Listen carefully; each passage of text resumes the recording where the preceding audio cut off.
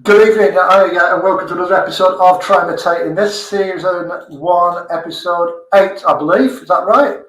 And welcome again. Whether you're watching this live or you're watching it on the after the event. So I just want to welcome our guest tonight. So usual contributor Largo, regular contributor to the show. How are we, mate? I'm fantastic. Absolutely delighted to be here again. I'm looking forward to talking to Gary. Yeah, absolutely. So our special guest, if you will, is the one and only Gary Naylor, podcaster, sports broadcaster, and theatre critic as well. Yes, well, I'm delighted to be here, especially with a build-up like that. You've put me under a bit of Eric Ten Hag type pressure for the next hour to deliver on that. Eric, we're not going to put you under the pressure of making a rotten structure work, I promise. I don't think we've got a rotten structure here at trying to take this, but there you go. Yeah, no, it's funny that though, the thing about current football, people chatting in the week about, should Eric Ten Hag stay or go, and I just make the point, like if you look at all those managers from Moyes, Van Gaal, Mourinho, they're not all terrible football managers, are they? There's a bigger problem at Man United. Well, they won the Europa League in 2018, was it? Yeah, that's been their highlight of the last decade. It kind of proves the point, doesn't it? They won the FA Cup the year before that. Yeah. Just Gary, what do you think of that? I mean, there seems to be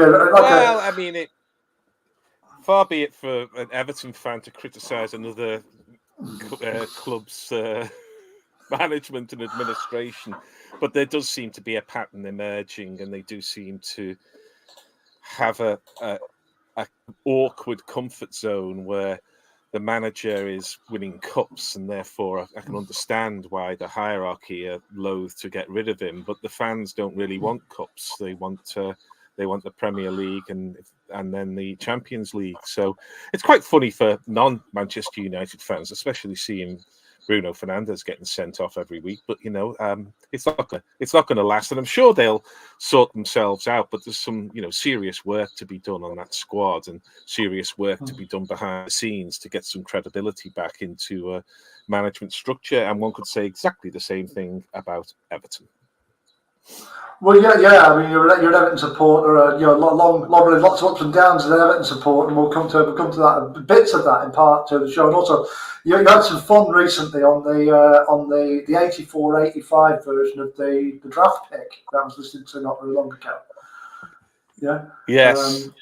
Go on. I mean, that was that was the glorious season, 84-85, where we didn't really expect it to happen. We'd taken the FA Cup in 84, but to go ahead and to win what was then the First Division with 5 matches in hand with a young and inexperienced team, it was just beyond belief. My father told me in 85 I was 22. And he said, you should enjoy this because it'll never happen again. And I thought, that never happen again. We're in for 10 years like Liverpool have had. No, it did happen again in 87, but it was never going to happen after that. Well, yeah. Go on, mate. Didn't they almost get a European run in 05? But yeah, Liverpool, I mean, it was qualified for the Champions League by winning it. But I wasn't really that interested in the Champions League because we weren't going to win it, and it got a little bit unlucky in one of the seasons qualifying for the Champions League under Moyes, where we ended up playing. Was it Villarreal? You got Villarreal, didn't you? Which was and they actually got to the semi-final, so we were knocked out by the team that got to the semi-final. It was a somewhat dubious call from Pierluigi Collina as well. Everton fans will still grumble about, but none of us were too bothered because we didn't think we were going to win it. We were there to make up the numbers, and you don't want to be there making up the numbers. You want to be. You don't want to be Celtic in it to win it. You don't want to. You don't want to be Celtic.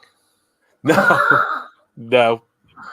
Indeed. You don't want to be celebrating finishing third in the group and going in the UEFA Cup after Christmas. No.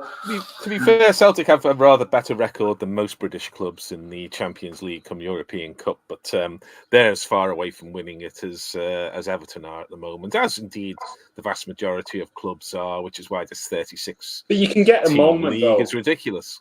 Like, who was that team from was it Sheriff from Transis? Transistania. They beat Real Madrid.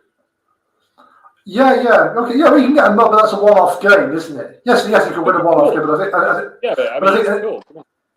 But we were talking about the Cup Winners' Cup and on the way in sort of thing, and you won't get a KV Mechelen winning the European trophy again. It won't be happening, or a Dynamo Tbilisi. It just won't be happening. I know what IFK Gothenburg. Yeah, we recently lost Sten, of course, didn't we? Bless him, former Gothenburg manager. It just won't be happening. Yeah.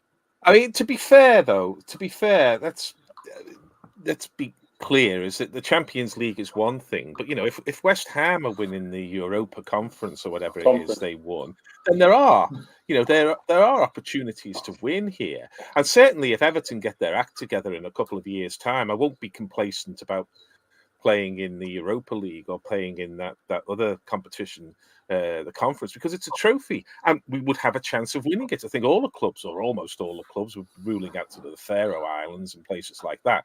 But all the clubs are in with a chance. A mate of mine's big Rangers fan went to Sevilla, I think, to see the final of the Europa League a couple of years ago, and he went and had a fantastic time, but he also went with genuine prospects of winning it. So nothing against them. Yeah. Well, I see your point about that. I suppose a lot of it comes down to how much value you put in that Conference League as a competition as well. I mean, I see New Saints and Lime were making their debuts in it last night, weren't they? So there were some opportunities in there for the teams from countries that wouldn't normally get in the other two competitions. Well, I guess it's why it's there. I mean, I don't think the accountants would like it, but from a sporting perspective, if I was, a Tottenham or something like this, I'd much rather finish fifth and have a go at the Europa League with a real chance of winning it next year than go in as the cannon fodder for in a rigged tour, 36 teams in a league where even if you do a bit of giant killing, they're still going to get through. So it's what you want. It's whether you want the glory game, as Tottenham call it. And if that's the case, go in for a couple of those lower competitions where you might win, or whether you're going to get squeezed out in the last 16 by PSG or something like that. Actually, I mean, it's funny. I knew a few Everton fans back in the 90s, and we put, the days of Klaus Thompson and Mitch Ward. Who could forget them? Yeah, and I knew Everton fans who actually wanted Everton to get relegated. They thought, I wouldn't mind being in the top 6 of Division 1 as it was back then. I'm trying to get promoted. Having a couple of seasons down there. It'd be different now because I think financially it was less damaging to get relegated. Yeah, but back then. I mean, I've heard that a little bit about, sort of the chaos under Moshiri. What we need is a kind of scorched earth policy, and we need to go down before coming back. I'm against that because the Premier League is, whether we like it or not, it's still a bloody big party every Saturday and some midweeks, and it's got match of the day and everything else. And you get used to it as an Everton fan. I've never known us not to be. My entire lifetime, Everton have been in the top flight. So if there's a party going on next door and you're repeatedly shut out every Saturday night, then you're going to feel a bit down about it. So I want us to stay up, although I've got no expectation that we'll be competitive even for top 6 or whatever it is for a few years yet. I mean, getting relegated, there's no guarantee that they would just bounce back up. I mean, getting out of the Championship is tricky. Well, as I've often said, we mentioned earlier Super Kevin Campbell. It really knocked me back when he died recently. Yeah. Well, Super Kev saved us from being Sheffield Wednesday. Yeah. Everton could easily have become Sheffield Wednesday. Big stadium, big name, big history. Huge. No top flight football year after year after year. And Super Kev's 9 goals in 8 games kept us up. One of my earliest football memories. One of my earliest football memories, ironically, was watching Everton on the last day of the season. And I remember my dad, we were watching Match of the Day. We didn't watch the results because we wanted to watch Match of the Day. It was the last game. It was just a little thing we had. We'd totally not listen to the radio, not watch TV, and then it made match of the day that bit better. And one of the matches we did it for was last day of the season, Everton against Wimbledon. Wimbledon were winning 2-0, and Everton beat them 3-2. And we was like, because we wanted Everton to stay up for some reason, we were just jumping around the room when Everton managed to stay up. And I can tell you that I was jumping around Goodison. I was there, and they were on the pitch. Fans were on the pitch. Tension.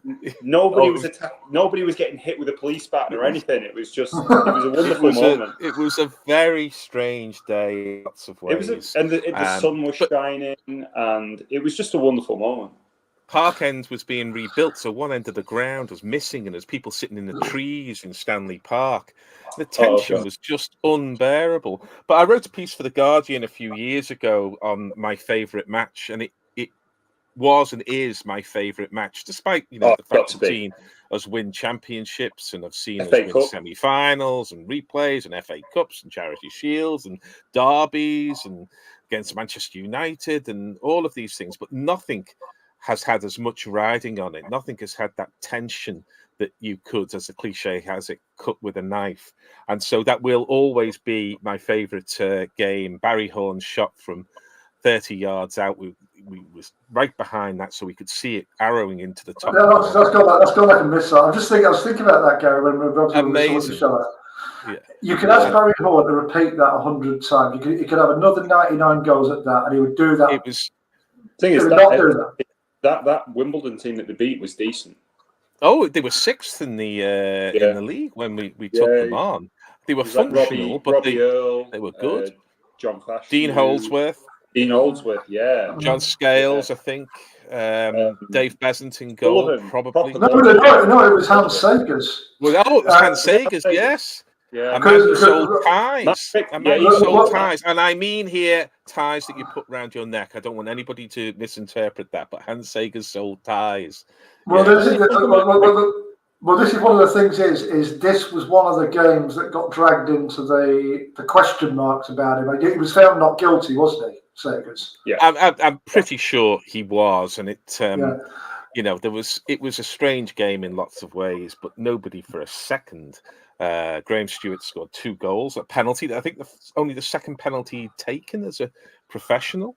He scored that one, and then he got the winner there. But in the end, it wouldn't have mattered anyway, I think, because the results went our way elsewhere. I'm not absolutely certain, despite the fact I wrote an article and despite the fact I did a whole podcast on it. I can't remember. Is that well, I think what you mean the draw would have done you, because Sheffield United got beat. With a last minute goal at Chelsea, Mark Steen. And Oldham had to win and didn't. So it's Swindon relegated. Yeah, Swindon had conceded 1,000 goals already. Yeah, they had Jan Fjortoft though. Yeah, and Andy Much, Steve Ball's mate. Oh yeah. Yeah. I remember that game because I remember one of the things was he had Badil and Skinner in the studio for Match of the Day, and they were kind of a Marmite couple, weren't they? Some people loved them, some people didn't, and. So I think sometimes they could be funnier than other times. Well, I remember that night because they were the studio guests, not Hanson and somebody else.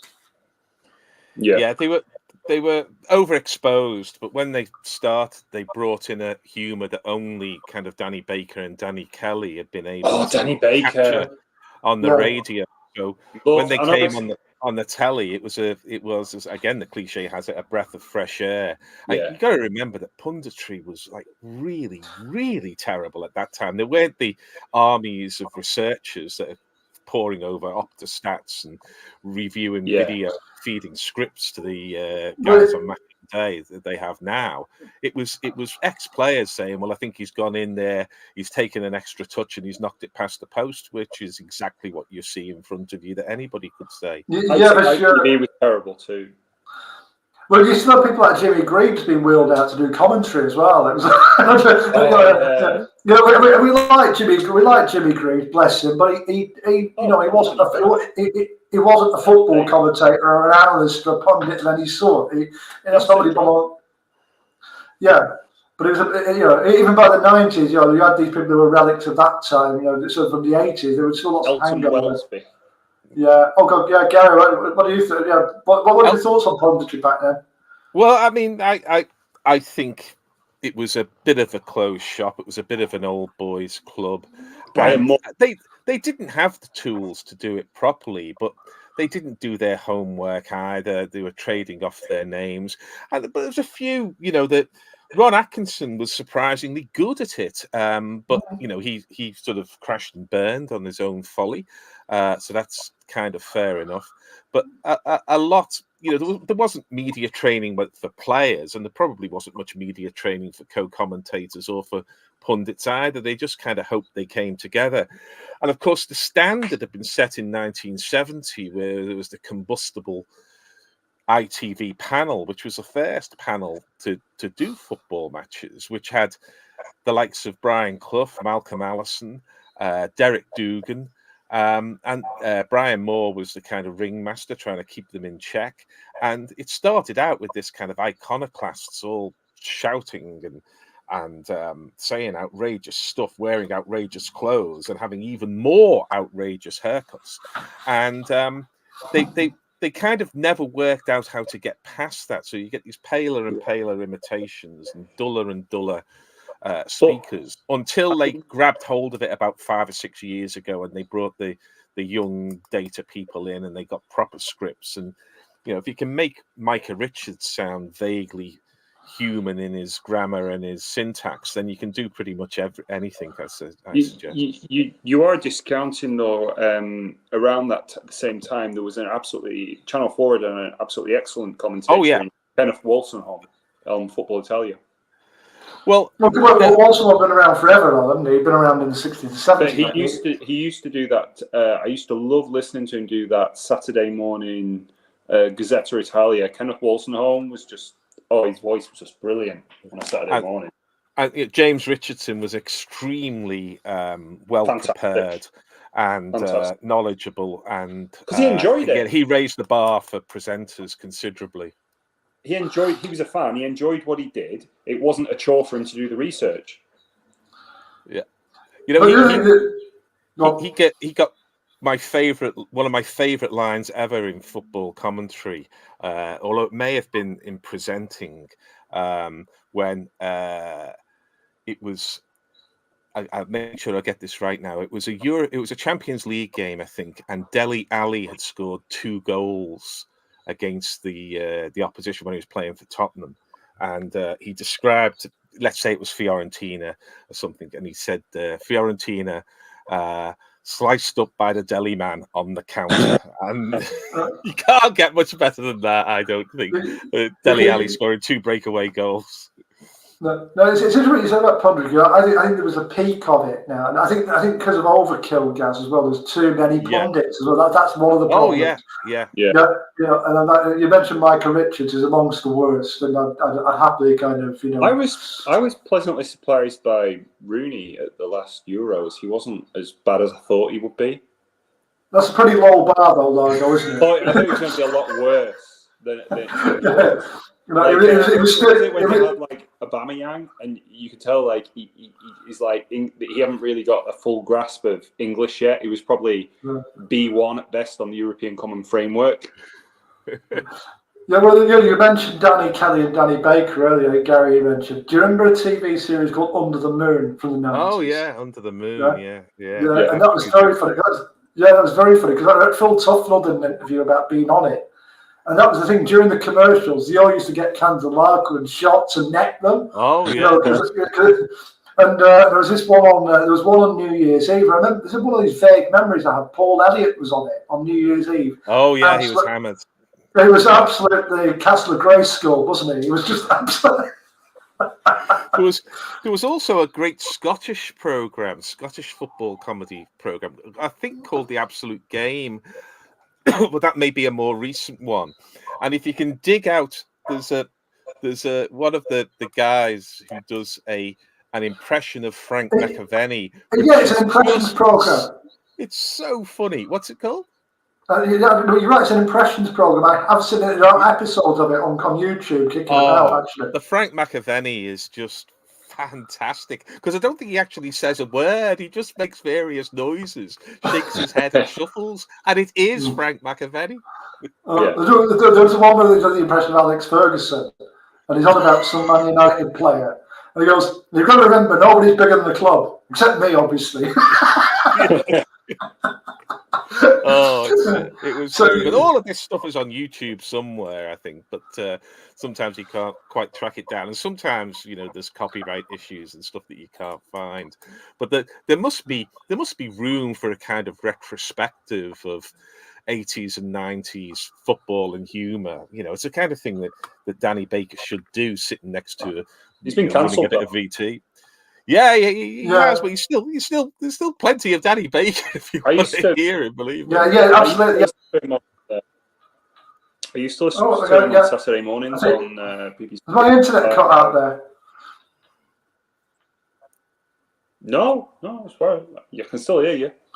Yeah, I think my internet's just cut out for a second now. That's 1 second. Oh, he's gone. He's gone. I used to really enjoy Danny Baker on a Saturday morning, the sausage sandwich game. Oh yeah. Well, there was a glorious time in the mid '80s when the lineup on Radio London on a Saturday was Danny Baker, I think 6 a.m. to 9 a.m. Chris Evans 9 a.m. to 11 a.m. and then Chris Morris 11 a.m. to 1. Oh, Chris Morris. Oh yeah, I mean he was absolutely outrageous on the radio. Chris Morris famously announced the death of Michael Heseltine, didn't he? Rather famously. They just did whatever they wanted on, I think it was Radio London, and it was near the knuckle sometimes, and sometimes I'm sure it would not be allowed these days. But at its best, it was just freewheeling, as they used to call it, zoo radio, and the three of them were just one after another. It was the highlight of the week, the highlight of the weekend, and it was done by about Saturday lunchtime.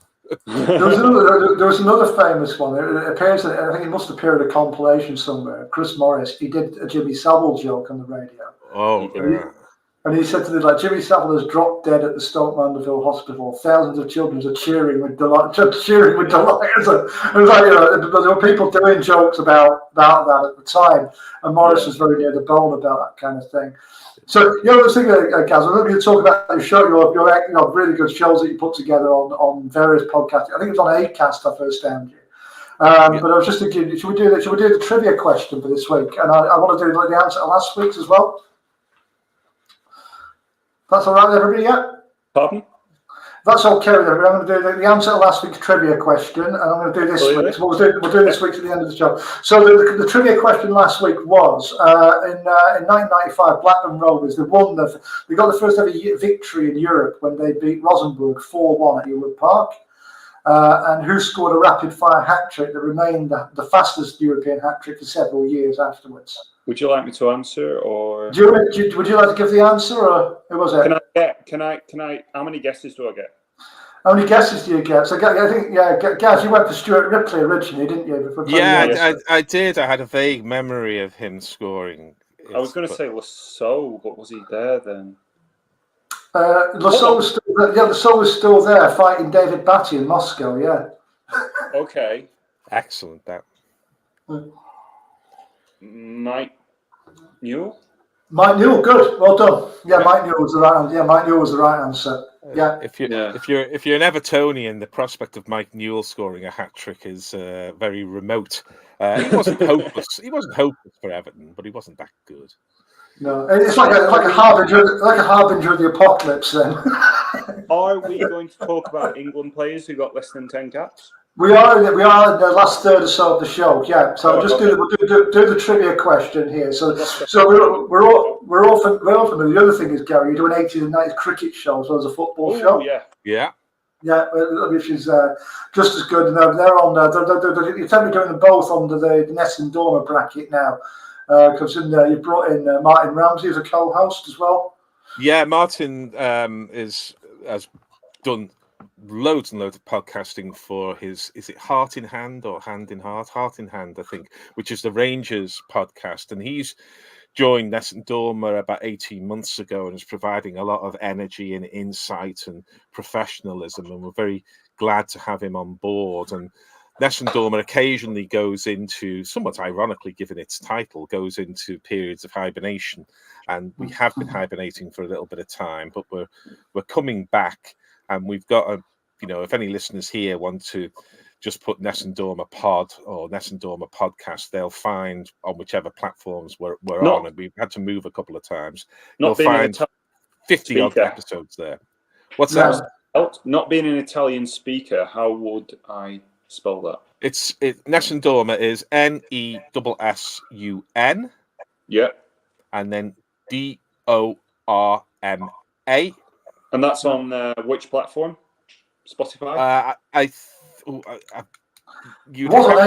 definitely on Apple. It's definitely on Apple. It was on Acast, but I think it's being migrated from Acast. But okay, you will find it. So Nessun Dorma, named, of course, for Pavarotti's iconic 19. The Italian 90s, and indeed Puccini's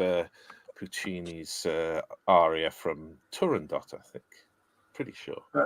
Yeah, so we all remember the Pavarotti thing. Yeah. So yes, you do the cricket show as well. So yeah, that's less imaginatively called the 80s and 90s cricket show. And there's rather fewer of those out. I think there's about 14 or 15, maybe. Yeah, you got. So it's less freewheeling than Nessun Dorma. It's more structured. I do the hosting. Rob Smythe is often a guest, and we have Mike Selvey's often a guest, Derek Pringle, and then we bring in others. We've had Graham Gooch and David Gower. You've got some big players on there. Yeah. We've been lucky. I must tell you a quick story, if I may, about David Gower. In that, I'd done my research and was slightly nervous. I was going to be talking to a genuine legend of the game in David Gower, and I said I lined it all up that he was England captain 1985. England were about to win the Ashes under his captaincy, but there was a bit of a wobble. England lost a couple of wickets. They were 4 down. There was still 50, 60 odd to get at the Oval. And I said to him, so, David, you're about to hold up the air. There's a bit of a wobble on. Can you take us inside the dressing room to, catch some of the nerves that must have been about? We hear of players taking their feet off the floor. Nobody's allowed to move, all this kind of stuff. I mean, what was it like in that dressing room, David, at that very tense moment? And he said, well, to be honest, Gary, I can't remember. So there you have the insouciance of David Gower, summed up perfectly, of my lining up of a big tense moment in his career, punctured by the fact that he just couldn't remember. I was going to say the first pads I ever had. My dad was a bit of an Arthur Daly type character, and when I said I needed pads for cricket at school, there was I got some second-hand David Gower pads. And they were fantastic. Fantastic. Well, the true Arthur Daly would bring them in from India, and they would have David Gower spelled DAVDDED, and then Gower GOUR. I mean, they were second hand, but it was still great. Yeah, of course. Yeah. Well, there you go. You see, and it's one of those things. One of those things that you might send a young person to on the first week at work is a pair of left leg batting pads. Yes, indeed. Yes, you do that. Or you do that. They're all really good shows. I would thoroughly recommend both shows. The 80s, and that's how we got in touch. You set challenges like teams of barely picked people for on the England cricket thing. You've done the equivalent one, have you, of the one we're going to do later, but the cricket. I think we've done stuff like that. We often profile a player, so we did Phil de Freitas. I remember we enjoyed doing that, and we've done Tufnell and things like this. So it was a player. You've done Angus Fraser as well, who's one of my favourite players. Have you done David Lloyd?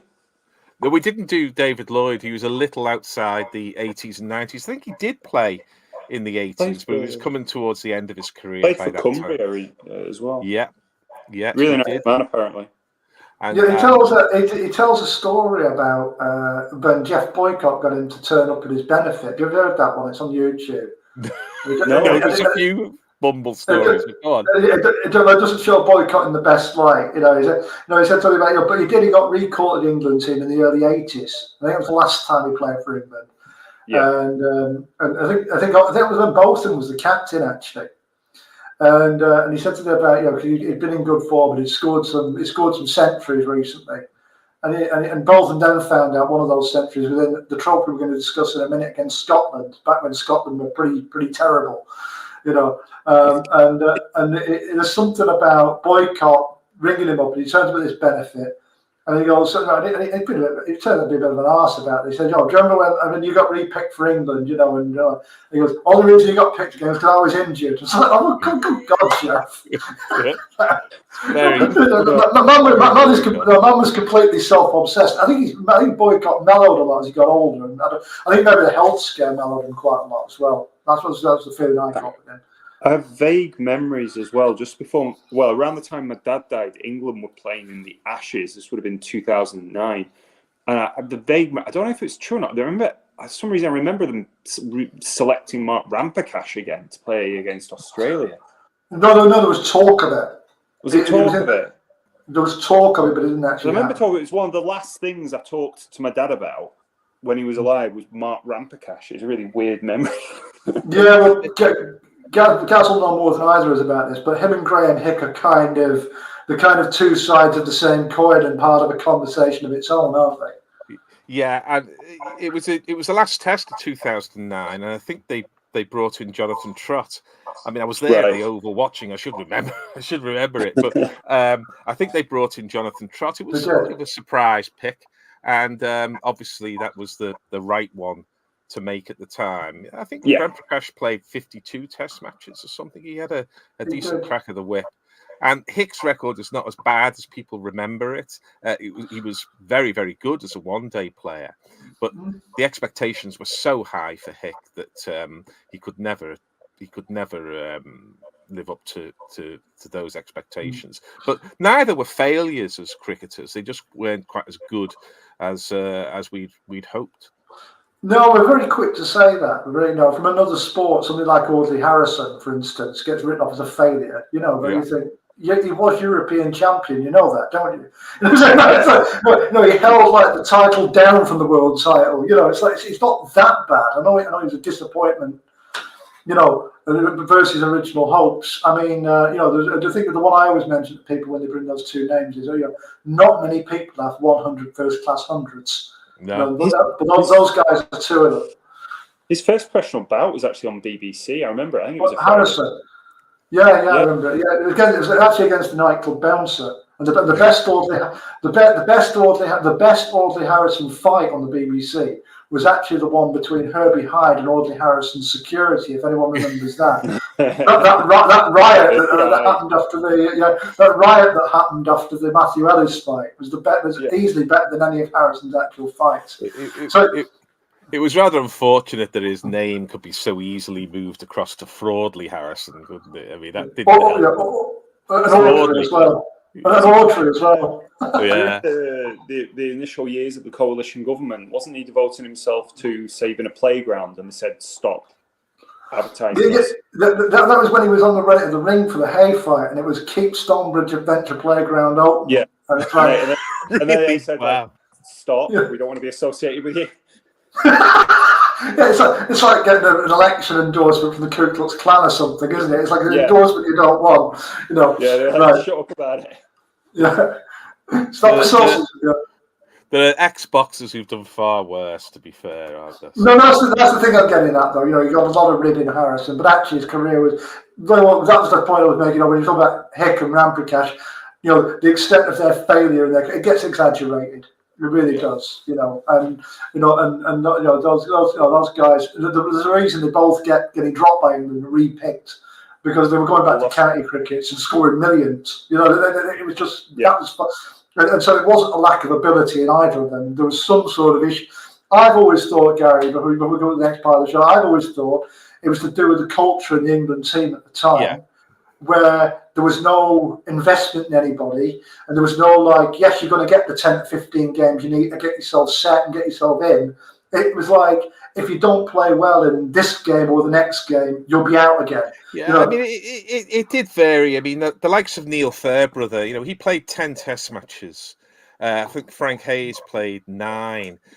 They weren't immediate. It wasn't always that players were discarded quickly. The problem with Ramprakash and Hick is that you felt they were always just one decent knock away from turning into Mark Waugh or something. And the truth was, it was never going to happen. They did have some issues to do with performing at the highest level, and they were probably not helped by what is, by all accounts, some fairly dysfunctional changing rooms with players playing for themselves and playing for their places, and the whole structure of cricket not really conducive to producing excellence at international level. But neither were failures. Both have significant mitigation for their lack of achieving their potential. And that's a story. Well, it's certainly a story of English sport. It would be interesting to know if it was a story of other nations' sports, whether they have quite so many players in their major sports that do not achieve the potential that is a reasonable expectation of them when they break into the national team. Pretty much the Spanish national team in the 90s. Yeah, but Spain at that time, weren't the Catalans sitting in one corner, the Basques in another, and the Castilians in the middle? Yeah. I mean, it took you You never had like gonna Raúl on one side, and then you've got Guardiola on the other, and Luis Enrique. but you had another one in the Dutch camp. There were actually literal racial divides, weren't the black and white? Well, Really? Well, in the Dutch camp, it's racial. Well, there's a quote from Jonathan Meades or something, which he quotes a sort of medieval merchant along the lines of, and I really ought to look this up rather than bot, which I'm about to do here, is that if you're working with one Dutchman, that's fine. If you're working with 2, you've got to be prepared for them to split and argue. And if you're working with 3, you've got to be prepared for 2 of them to form a faction against the other one. So I think it runs through Dutch culture a certain argumentativeness, a certain unwillingness to make the compromises that teams make. And you look at the talent of the 74 squad, you look at the talent of the 78 squad, and probably 2 or 3 in between times. Yeah, and they obviously should have won more, but they also should have played better as well. It was an all-round underachievement where all of that talent never seemed to come together. Unlike Ajax, who won 3 European Cups in a row. Feyenoord won 2 in a row, I think.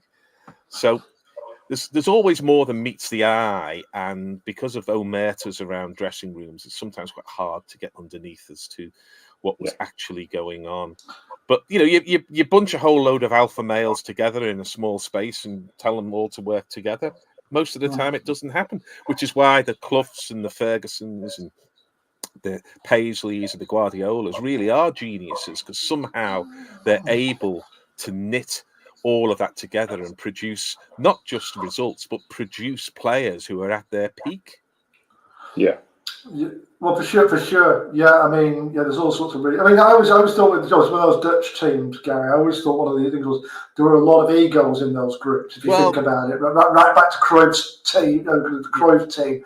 And you think through the time of sort of like the teams of the 80s and 90s, But there's going to be egos in every dressing room at almost any level. If you've ever played a game, we'll know that playing for a Sunday 11, you go into a room and you look around and you think, well, I can rely on him. Oh, he's going to run off when the going gets tough.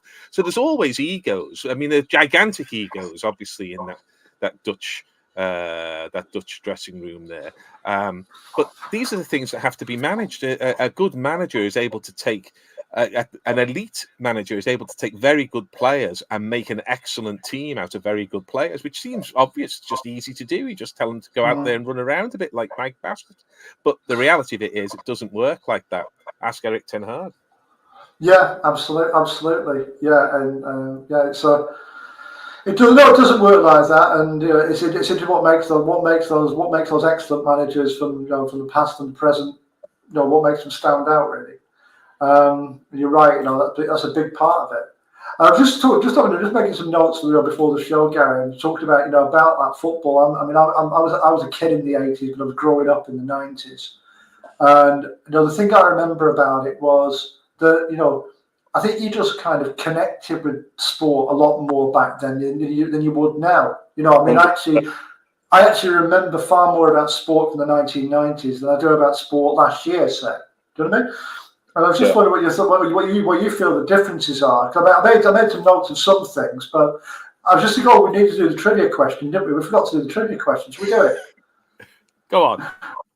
So the trivia question, because we got immersed in lots of other things. There's no structure to this show. There should be. But the question was the NatWest Trophy. It's a subject. And in the NatWest Trophy, there was a football goalkeeper who played in one of those rare instances where a minor county beat a first-class county. This is cricket. We should say that. Yes, it's a football. So the football goalkeeper playing cricket in the NatWest Trophy for Shropshire when they beat Yorkshire in 1984. And the simple trivia question is, can you name that football goalkeeper? And we'll tell you at the end of the show. I have an inkling, but I don't know. Yeah, all right, cool. Yeah, we'll tell you at the end of the show. So just saying there, Gary, about your sport back then, I just think I've written some reasons down as to why, but I just wonder what your reasons were as to why you have more of a connection with people. Well, I think there's a bit of a kind of what I think is a bit of an urban myth that does the rounds, which was it was all about terrestrial television, and terrestrial television was the key to opening up participation and stuff like that. Well, you can't have more terrestrial television than wall-to-wall coverage on BBC One for 2 weeks of the year, absolutely every year, Wimbledon, and a week after Wimbledon, the tennis courts of the country are just standing there empty in parks. So there's more to it than that. I think the reason why we remember so much from that period is that there was just a lot less to do. There simply were not the choices that are available to, as you say, a kid and a teenager in the 80s and 90s. They just didn't have that much to do. There was a bit more stuff to do outside, because outside wasn't a dangerous world full of people who were going to kill you. And so, we went to parks and we went to the beach and all this kind of stuff at 13 or 14. So we could do all of that. But obviously, no computers, 3 channels in the 70s, 4 in the 80s. There just wasn't that much to do. You couldn't go to the pub as a kid, although everybody did when you were 16, but you weren't going at 13 or 14. Yeah. And I remember the long school holidays. I used to stay up as late as I could at night in order to wake up as close to 5 to 11 in the morning as possible, because it was all just dead time until 5 to 11, where Peter West would say, welcome to the first day of the second test here from Lords, the second Cornhill test, we should say, where I can please to report that England have won the toss and will bat. And then the day started, because there was nothing else to do. And so sit there in a darkened room and watch a rented colour television, watch the cricket, watch the big Gillette Cup matches on a Wednesday, Mike Proctor taking a hat-trick or Lancashire playing in the dark against Gloucestershire with John Mortimer bowling that over to David Hughes that nobody could believe. And there just wasn't that much to do. And so these memories lodge because they're real standout moments. There was one live there was one live club match on, which was the FA Cup final. There were the home internationals, which are always a treat. You got yourself a can of Watney Party 6 for that, and opened both sides of it so it didn't explode when you're pouring out this gruesome beer to watch England play Scotland. Watney's Red Barrel. It was slightly different to Watney's Red Barrel. It was Watney's Party 6, which was 6 pints in a kind of mini barrel that you could subsequently use as a footrest. And there was just a lot less to do. European matches weren't live. You saw them down a crackling line where Alan Weeks would always be talking about this crack East European outfit, and it was some Hungarian side with no vowels in their name, and they were playing, in a UEFA Cup match, and but we loved it all. We loved it all because we had nothing else to love. If you're a sports mad kid, if you didn't read books like the girls did. Not all of them, and some of the girls were interested in football, but generally the gender divide was more strong in those days. Yes, and if it you were a was. lad, you watched the sport and you played the sport, and if you were a girl, you would read books and maybe go to the movies and stuff like that. Nothing else. I can remember. I even used to watch British basketball. Oh yeah. Like I remember on a Sunday. For some reason, I remember it being a Sunday. I would get legitimately excited about British basketball. The show Jumping from Hickstead. There's nothing else to watch, so we watch the show Jumping from Hickstead and hope that Harvey Smith falls down the bank and falls over. The Tour de France on Channel 4. Did you watch Kabaddi? We used to watch Kabaddi. Kabaddi. That's 70s thing. I used to watch 80s or 90s Kabaddi.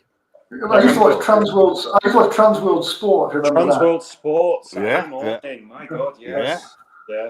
We're going over to Hawaii for the windsurfing. It's, oh, that's good. Let's watch this. I remember getting really excited about having Eurosport.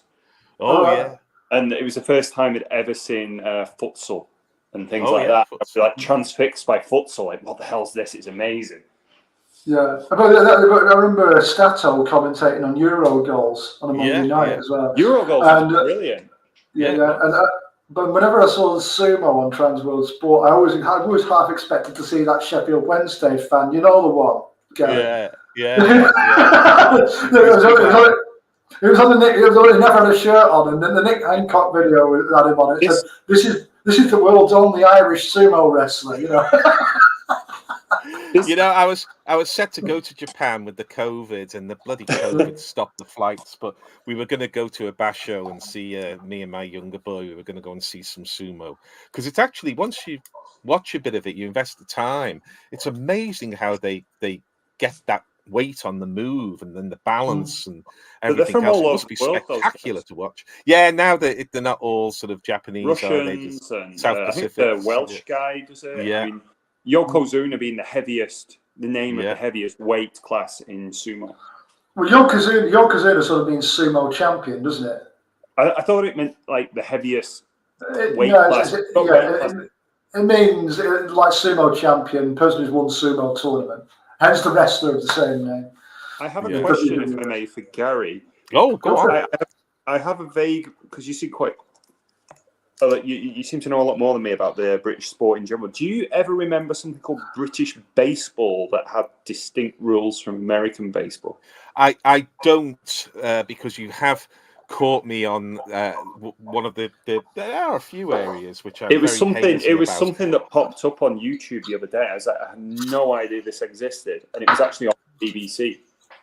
I do recall that they would sometimes try and I mean, they would have Australian rules matches, for example, at the Oval at the end of each summer, as a kind of warm up. They play Aussie rules at the Oval, and the sports was that not for the Australian diaspora? It was partly for them, and it got decent crowds. But there were kind of attempts to kind of modify popular sports around the rest of the world for British audiences. So it doesn't surprise me that there was a British baseball that had slightly different rules. I don't recall it, I'm afraid. There was also quite a competitive ice hockey team in Blackpool. Yeah. That moved to Blackburn for some reason. Oh, an early Wimbledon Milton Keynes job. Well, we had one in here in South London at Streatham Ice Rink, which was a big ice hockey. Now is home to a very good basketball team that played in the basketball equivalent of the Europa League. Yeah, and my son was a basketball player at and they get very good crowds. And the European basketball scene is actually very good. So for London Towers to compete in the equivalent of the Europa League in basketball is no small feat. Oh, it's no small feat at all. In the Balkans and Greece, it's huge. Yeah. In Spain, it's enormous. Yeah, you've got Spanish players in the NBA. Yeah, Real Madrid. Estudiantes, huge clubs. So I remember I was watching London, and they actually got a win against Riga, and it was incredible. Yeah, Yeah, I can Is, imagine. I've never seen it live, basketball. I think it's if probably I was quite a where lot you better. I'd be going. I'd Yeah, have a London I Tower should. season ticket because Yeah. their crowds look incredible. I was just thinking, Gaz. I was just thinking there. You said about like people put too much on terrestrial television. The whole thing about it being on terrestrial television. The people Yeah, put too much emphasis on that. There are instances where I think it certainly helped because I think that boxing now is like such a niche sport vis-a-vis when remember when boxing used to be on ITV or yeah, but they can still sell out. What was it? 96,000 for a British yeah non-title fight. I mean, now it's the argument is almost gone now because nobody sits down to watch terrestrial television at a set time every day. They're all watching it on no delay and watching it. My kids watch it on the phone, double speed, so they can see more in a shorter time. So there's a sense in which the argument has run its course, and it does matter. Exposure does matter, which is what I think the horse racing realised when Channel 4 started to realize that they could ask horse racing to pay them to show the horse racing rather than the other way around.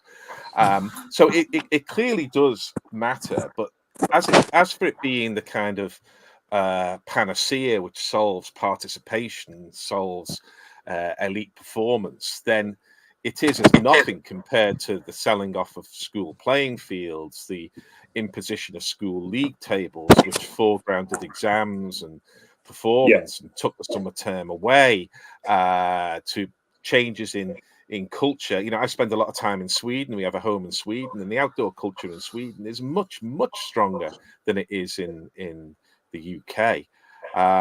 Despite the fact you've only got 3 months of summer, but then again, you've got winter sports in the winter. They've But got tiny floorball town.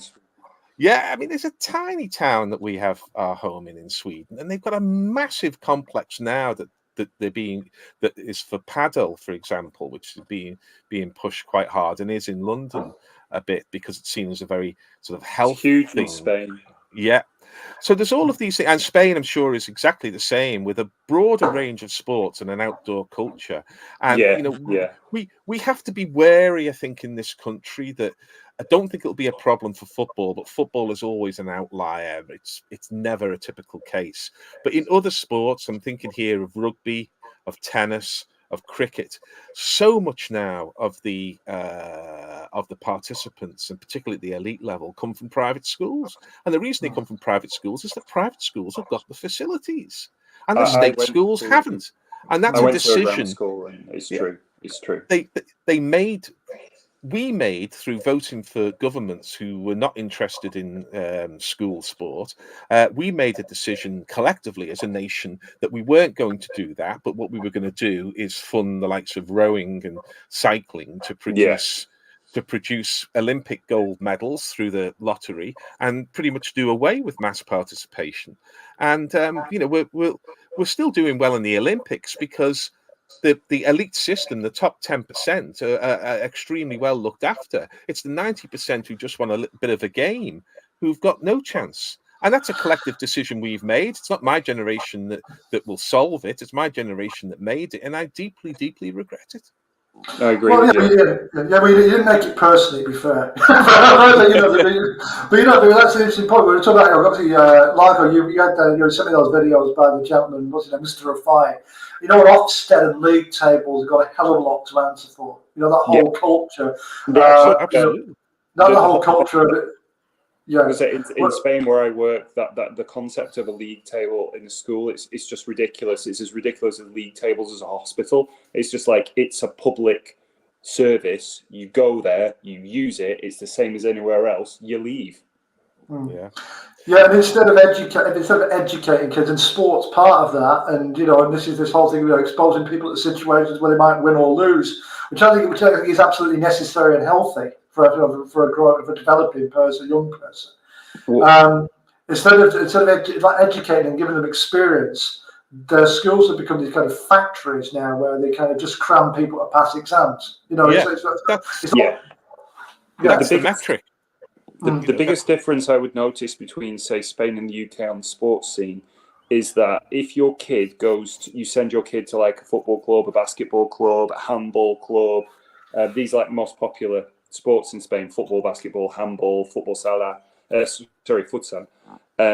Your kid will be taught by someone who is paid by the state to teach kids to play sport. It's not like a volunteer or something. Like that's that person's job.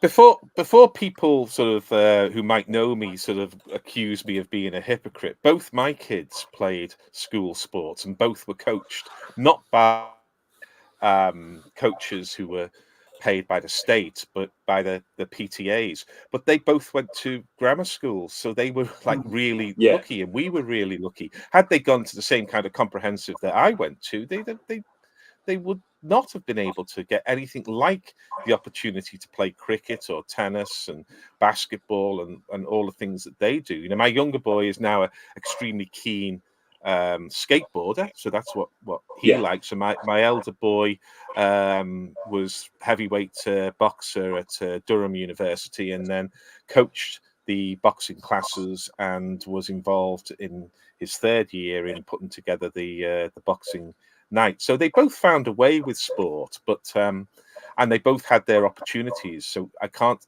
say from their perspective they were denied, but I know that the vast majority, because you just have to look at a school and think, where's the playing field that used to be there? It's not there anymore. Supermarket car park.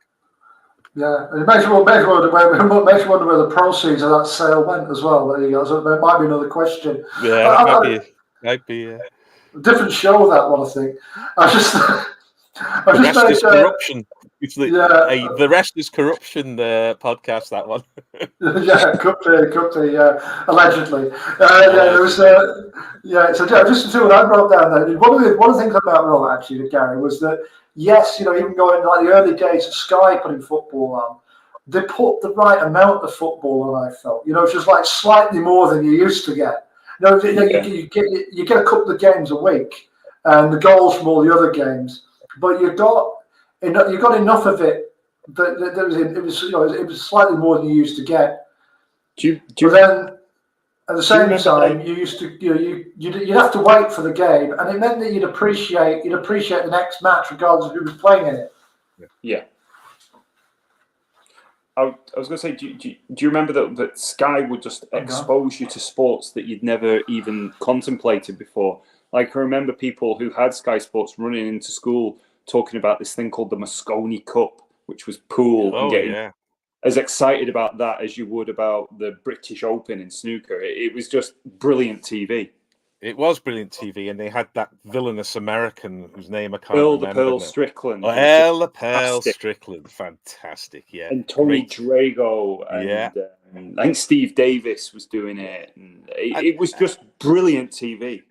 I mean, I will slightly take issue with you, Daz, because I think that when it started, yes, Sky Sports, the football still felt rationed. So it was appointment viewing on a Monday night because you were going to see a league game. And if you were really unlucky, you were going to see the Shaman at half time and the Sky Strikers.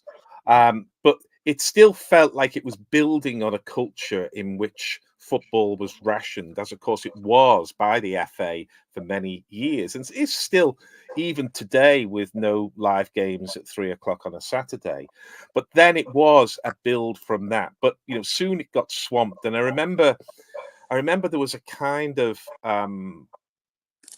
Damascene moment, for want of a better phrase, for me, when I realised that I didn't have to watch all of the live football, because you grew up in a culture, as I said, where you had to watch it. It was a live football match. What the hell else were you doing but watching it? There's nothing better to do. I mean, I used to watch Football Italia just for that reason. Yeah, exactly. I got BSB, British Satellite Broadcasting, with the squarial in 1990 because I could watch Italian football on a Sunday.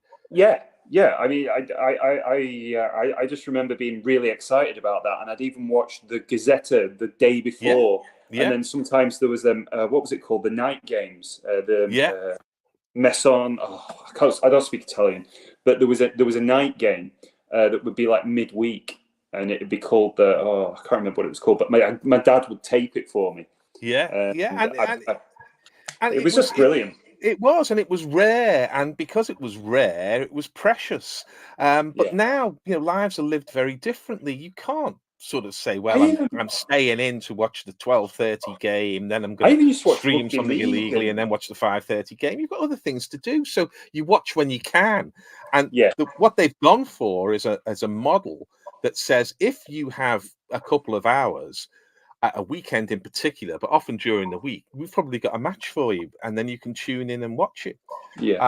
But it does change the atmosphere, it does change the experience, and it does make it less exciting, I think, than it was. My treat, though, to myself, still, even at the age I'm at, is when there's a good match at 9 o'clock kickoff in Spain on a Sunday night. My way of ending the week is I will go out, I'll have a few glasses of wine, I'll have some tapas, and I will watch the La Liga match that might be Atletico Madrid, for example, against Almeria or something like that. If it's on at 9 o'clock, I still do try and make that ritual a treat to myself. I do enjoy it. Sounds very civilized indeed. Whereas I now will watch. I mean, sometimes I try not to get caught out, but sometimes there's a match on and it's at half time before I've realised it's on and I should really be watching it. But I do have a kind of, I mean, it happens more with cricket, to be honest, than it does with football. But there's so many other things that one needs to do and that one chooses to do. Seeing movies, in my case, reviewing. I'm a big film fan too, that you can't fit it all in, so you have to ration it, and it's still a jar for those of us who grew up in the 70s and 80s. It's still a jar to think, I can just miss this bit out because there's another one round the corner. There's a match coming tomorrow. It's a bit off topic, Gary, but if as a fellow film fan, if you're ever in Lancaster, please do check out the Duke Cinema. You'll love it. The Duke Cinema in Lancaster. It's also a theatre, but I think you would absolutely love it. Especially, for example, one of the many that I've been there to see Polish film. I saw a French film called La Haine there. Yeah, The Hate. It's just a really great place if you want to watch a less than popular film. Yeah, well, I'll look out for it. I'm fortunate enough to have the whole of London to play with, so I'm never far away from. If you're ever up, I mean, it's always good to see kind of cultural products in slightly unusual environments, and by cultural products, I'm talking theatre, galleries. I mean, it's cinema. Totally run by volunteers. And it's, Glasgow surprised me by how vibrant the cultural scene was in Glasgow. Oh yeah, Manchester obviously has got a lot, but you go outside of that, there isn't always a huge amount. So when you find it, protect it. I remember me and one of my friends making when I was back home for summer, and we actually drove to a place called Clitheroe to watch the Maradona documentary because it was the only place we could find it. Yeah.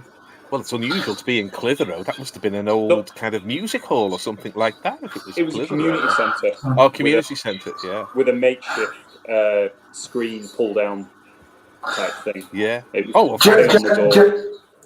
I'm a little bit curious here. You can hear us, yeah? Yes. Yeah. Did I disappear, or was I replaced by a picture of the test card? You disappeared. There was no look over the chalkboard. Yeah, nothing's been recorded of that. Is that right, or when you disappeared?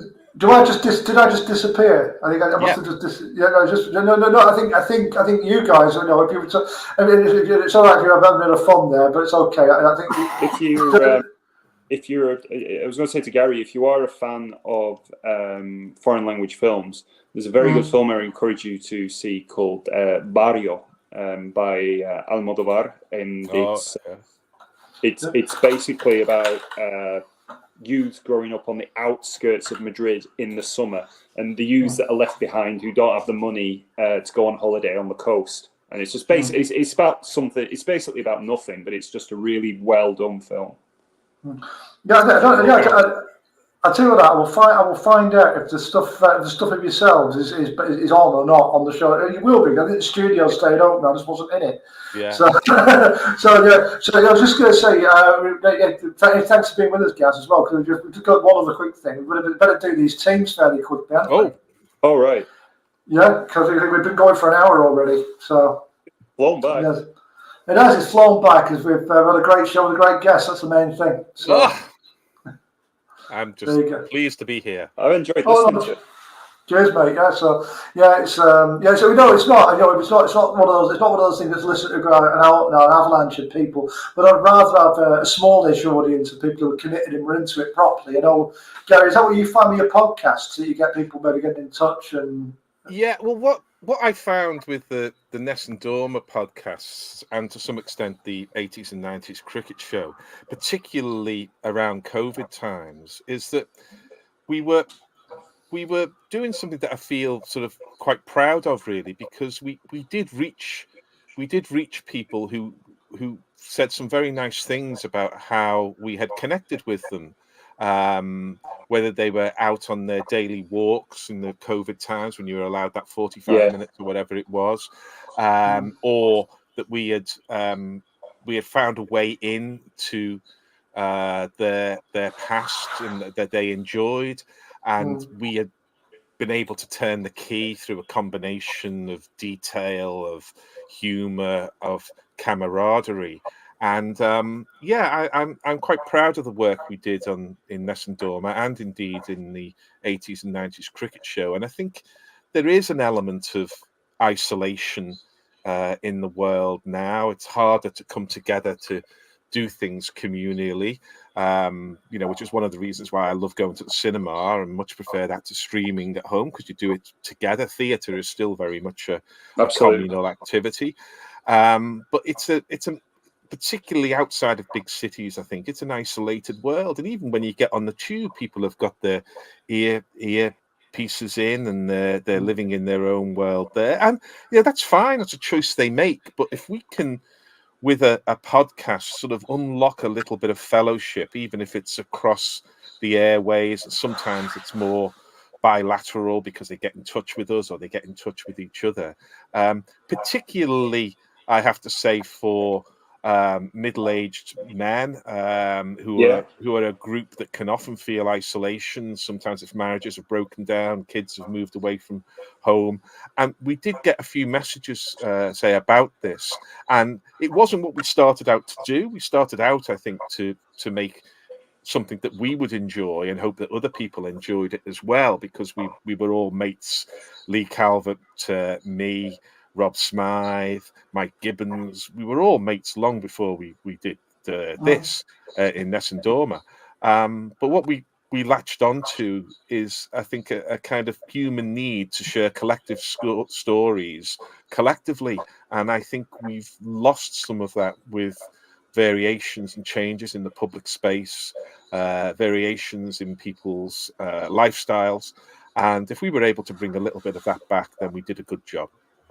yeah, well, yeah, it shows. I absolutely recommend to anybody who's into that kind of thing and recognises the sport was just different back then. So it just resonated in a different way. Yeah. I was yeah, just before my technology failed. I was just making that point, Gary, about like football, particularly the amount of sport that you saw on television. It was enough of it that it kept me going. It's maybe where the thing about tennis comes in, because tennis is on for 2 weeks of the year, and then you never see tennis on terrestrial television again for 50 weeks afterwards.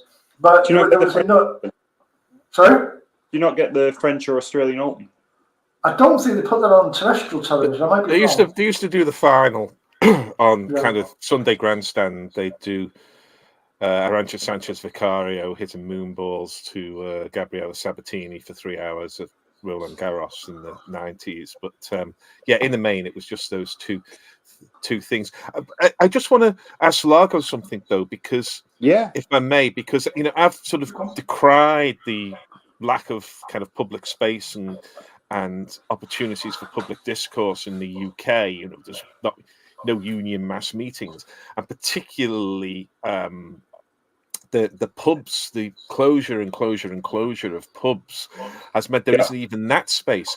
But I get the idea that Spain is much more people sitting outside, meeting friends in the Oh plaza. well, Or put it this way: something. when I finished here, it's 10 o'clock now. Probably at 11 o'clock, I'm going to have a quick shower. Then I'll head out, have a chat, have some maybe some tapas, a couple of glasses of wine, and maybe stroll back about not too late, maybe 2 or 3, and people just bob out, have a chat, have a glance at the TV, have a nibble of some whatever the tapas they give you. Might be olives, might be crisps, Might get lucky. Might have some aceitunas, not aceituna, boquerones, like anchovies, and then wander back. It's not like, okay, I am going out, I am going to the pub, I am going to drink this beer at this price. It's like, you know what? I fancy a whiskey. I'll have a whiskey, please. You know, it's a bit more.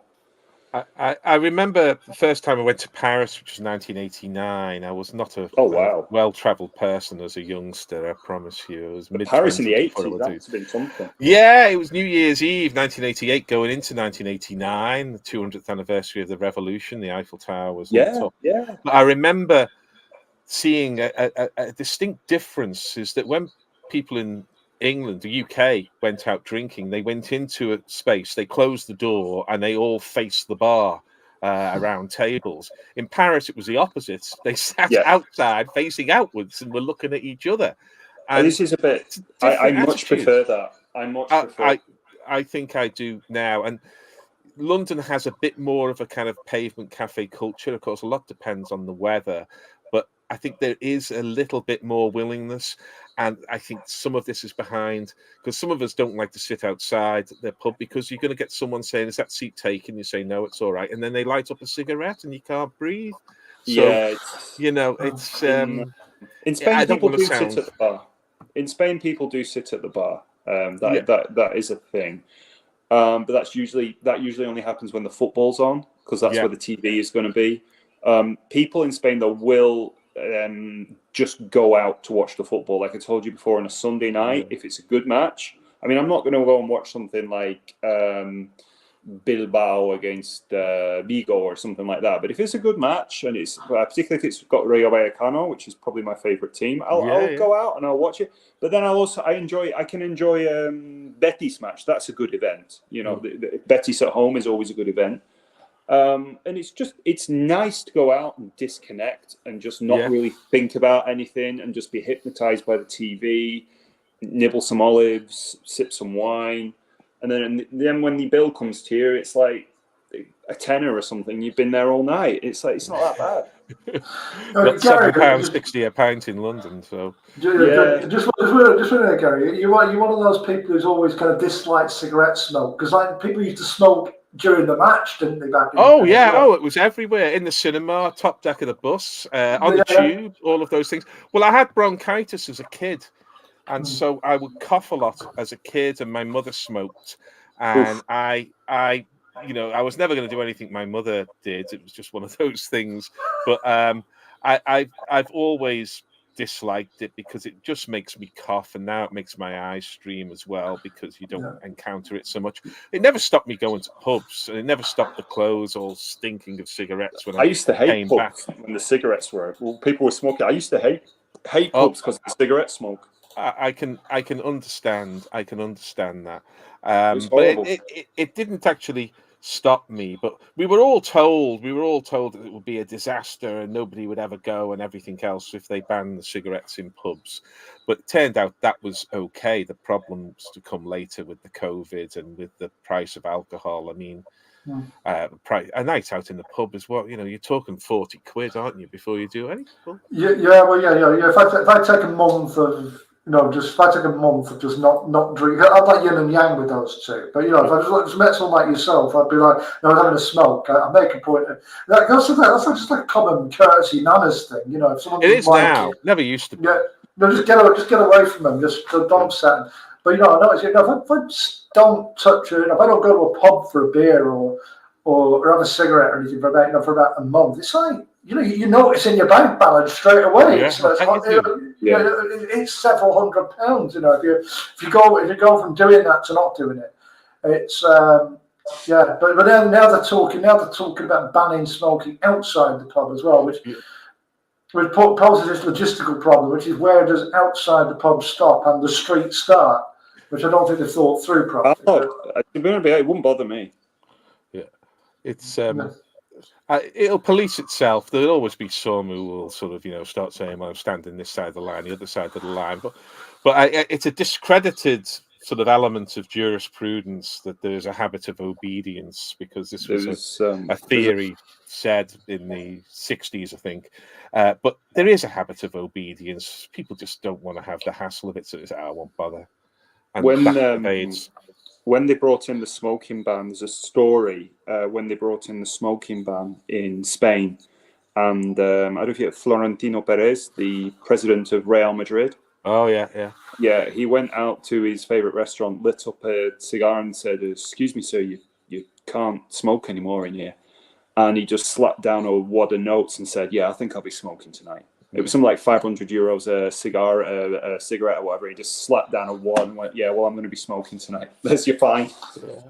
Yeah. There you go. And it happens once, and then everybody just forgets about it and gets on with making their own lives a bit easier, which is to not have the hassle. Yeah. Yeah. Well, we'll see how that outside ban plays out. I tell you what, we're a long way away from which goalkeeper got fewer than 10 caps for England. Yeah. Well, there you go. You see, we're about to start that now. So let's do that. Are we naming these England players that got less than 10 caps? We were in something, and so I think you wanted to ask Largo a question, Gary. I think we were it would definitely be me digressing. I promise you. I do apologise. It's all right. It's all right. I was going to say two of the players that made the list of England players that got less than 10 caps were Real Madrid players. Yeah, there was right. So was Laurie Cunningham in your team? Laurie Cunningham was, and Jonathan Woodgate. Yeah, he was in mine. Right, we've both got those two. Yeah, we've both got those two. We can save it till next week. Right, so it's okay. So Jack Butland in goal. Well, I was between him and Ian Walker. I went for Jack Butland over Ian Walker. But yeah, we'll do it another week. Well, no, let's go for our teams. Go on. Who wants to go first? I mean, I haven't really got a team. I've just got a list of players I could think of that I've jotted down. Just give us 10 players or a team's worth. David Nugent, one cap. Chris Sutton, 1 cap. James Beattie, 5 caps. Joe Royal, 6 caps. Jack Butland, 9. Hugo Ekiog, 4. Ian Walker, 4 caps. Dion Dublin, 4 caps. Scott Carson, 4 caps. Matt Letitia, 8 caps. Kevin Phillips, 8 caps. Lee Sharp, 8 caps. Rob Jones, 8 caps. Jonathan Woodgate, 8 caps. Kieran Richardson, 8 caps. Tony Daly, 8 caps. Also, Laurie Cunningham, 6 caps. Honourable mentions that almost got in the team. Tim Flowers with 11 caps. Rocky Rocastle with 14. And Steve Bull with 13 caps and 4 goals. Right, so they could be substitutes because they've got slightly more than 10. Yeah. All right, I should also mention, I forgot to mention as well, did I mention Tony Daly of Aston Villa, 7 caps, Kieran Richardson at 8 caps? You did indeed. You did. And good mentions there were too. Gary, do you want to go on next? Or should we? It's up to you. No, I saw your team first, and then I picked an alternative team. So perhaps we should start with your team, and maybe what we should do is take the goalkeeper and defence first, then the midfield, and then the attack. Yeah, so what I'm hoping for is if you can name your defence, and then I'll name mine. Right, I'll tell you. Yeah, so my goalkeeper, I wouldn't have gone for Ian Walker or Scott Carson because they're both known for kind of high-profile errors, aren't they? Butland. All right, okay. And so my goalkeeper, if I'm right, it was Joe Corrigan. He got 9 caps, didn't he? Yeah, Joe Corrigan's a good shout. I went with Nigel Spink, who has a European Cup winner's medal to his name. And I was surprised that he got fewer than 10 caps. Aston Villa, of course, and he was extremely reliable goalkeeper. And better, I mean, he'd walk into a lot of Premier League teams now if they expect goalkeepers to behave like goalkeepers instead of trying to beat Beckenbauer's. So, yeah, Nigel Spink's mine. No, Spink was a good goalkeeper indeed. And, just I think, did I imagine this? Did he get substituted? Did he get injured in one of the European games for Villa? No, he came on. He came on for Jimmy Rimmer in the final. That's it. Right, that's it. The original goal he got injured, and Spink came on for him. That's right. Yeah, and it was obviously Villa beat Bayern Munich earlier in the week, and Spink was a good break man as a Villa fan the other day. So Yeah, it was a mad atmosphere the other day. So yeah, we go for should we go for my back four? My back. Yeah. I've got 4-4-2 in Mike Bassett starting. So my right back is Rob Jones, who Largo mentioned. Yeah, defender, Liverpool. Yeah. My left back is Nigel Winterburn. Good choice. Part of our Arsenal back four. I've got Jonathan Woodgate in there, and also completing the defence is Kevin Beattie, Ipswich Town. Yeah. Well, Kevin Beattie would definitely be in my first choice team. We did a Nessun Dorma on Kevin Beattie, one of the profiles that we did, and he was a tremendous player, absolutely tremendous player. Died not long ago. Yeah, he did. Just a quality player who was good for a very long time as well. He was in Escape to Victory. He was. Along with people like John Walker and Russell Osman, wasn't he? Yeah. Yeah, John Walker, another Ipswich player. God, yeah. 3 Ipswich players there. Yeah. So I'm going for... And the Cumbrian. Kevin Beattie, Cumbrian. I'm going for 2 central defenders. Larry Lloyd, who had success at Liverpool and at Forest and won a lot of honours. Excellent centre-back. And I'm going to go with another player who got fewer than 10 caps for England, but he probably got them as a forward. And that's Dion Dublin, who late in his career went and played centre-back before he started renovating people's homes, and he was actually a pretty good centre back. And the way the game is played now, he would be able to take a ball and find a man with a pass, dominant in the air. So I'm going with Larry Lloyd and Dion Dublin in the middle. My full-backs, and I know you won't like one of them, but the one that I think is perfectly fine is Andy Hinchcliffe, who was tremendous full-back for Everton. Brilliant free kick merchant. Corners as well. Yeah, good at corners as well. Yeah. And a solid defender. And right back, there aren't that many right backs to choose from if you're limiting yourself to fewer than 10 caps and 80s and 90s played for England. So I'm going to take... I never hold much faith by positions. I always think if a footballer is a footballer, they should be able to play in at least 2 positions. They may be a bit one-sided and want to play more on the right than the left, but of course with the rise of the inverted forward and the inverted fullback, even that's gone now. But I would like Blackburn Stuart Ripley to play at right back. I think he had all that you would need as a right back. He had a lot of energy. He was very good on his defensive work, playing right back. And of course, he's a very bright bloke because I think he's sort of running the financial side of football now. I think he has a degree in French.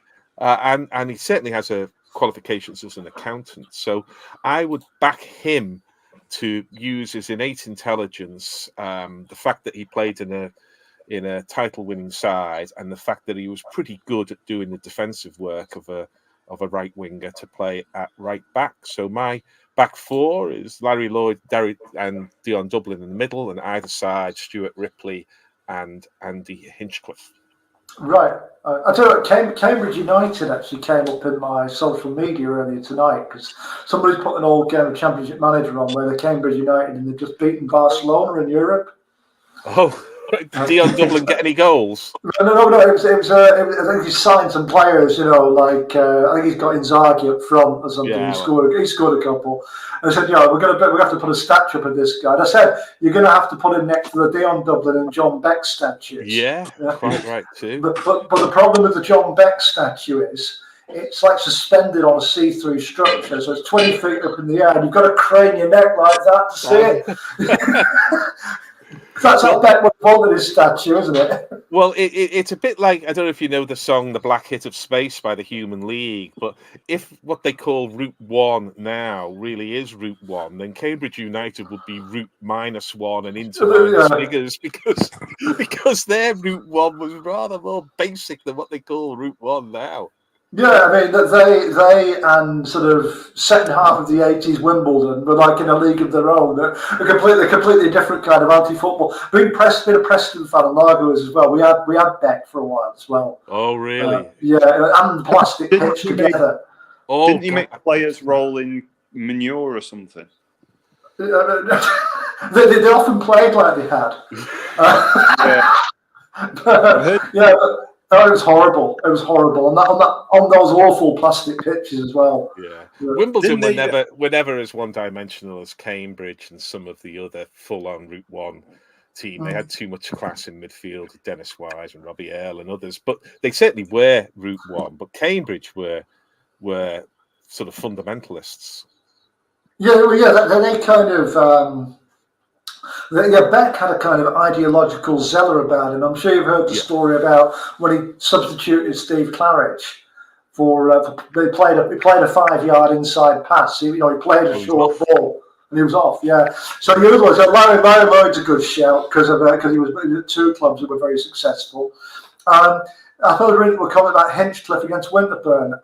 The other one that I pondered about that general time was, when England was struggling a bit, could they have actually played that Arsenal back five together in international football? Would that have worked? No, that's maybe one for another show. I don't know.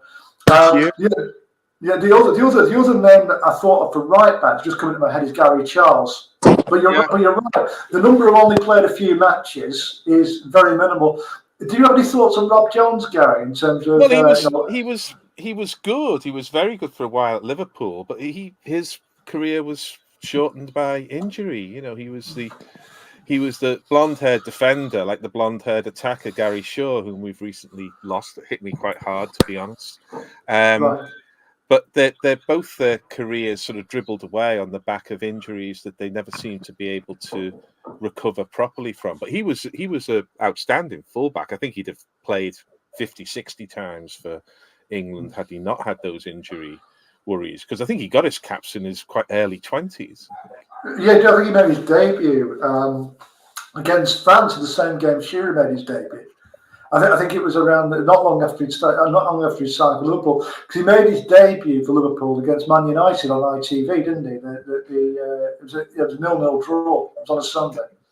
Did they get him from the Dario Gradi finishing school? They did, yeah, they did, yeah. And it was. I remember his debut was Mark Ryan Giggs on his debut.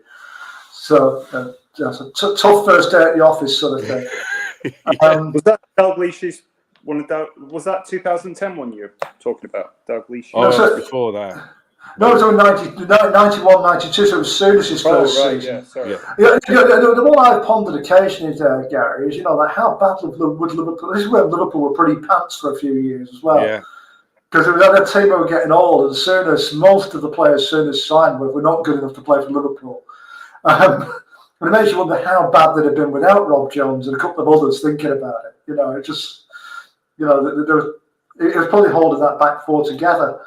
So what they would have been was Manchester United today, with very inconsistent, winning the odd trophy, but disappointing more often than not. Not in danger of going down, but a pale shadow of the disciplined, talented, organised team that had been them at their sort of high point. So Liverpool would have been Manchester United, is my guess. Yeah, well, that's what they were becoming rather rapidly. So you're probably right. So we should move on to midfielders and compare notes on those. Yeah. That's good. So on the right-hand side of midfield, I've got Steve Stone. From his Nottingham Forest days particularly. I've gone for controversy. I've gone for Joey Barton in central midfield. Okay. I've got Alan Devonshire next to him. Classy player another one who got injured a lot. And I've got Laurie Cunningham wide left like Largo has. Yeah. Well, I wouldn't actually have picked any of those four, but Cunningham would have been very close.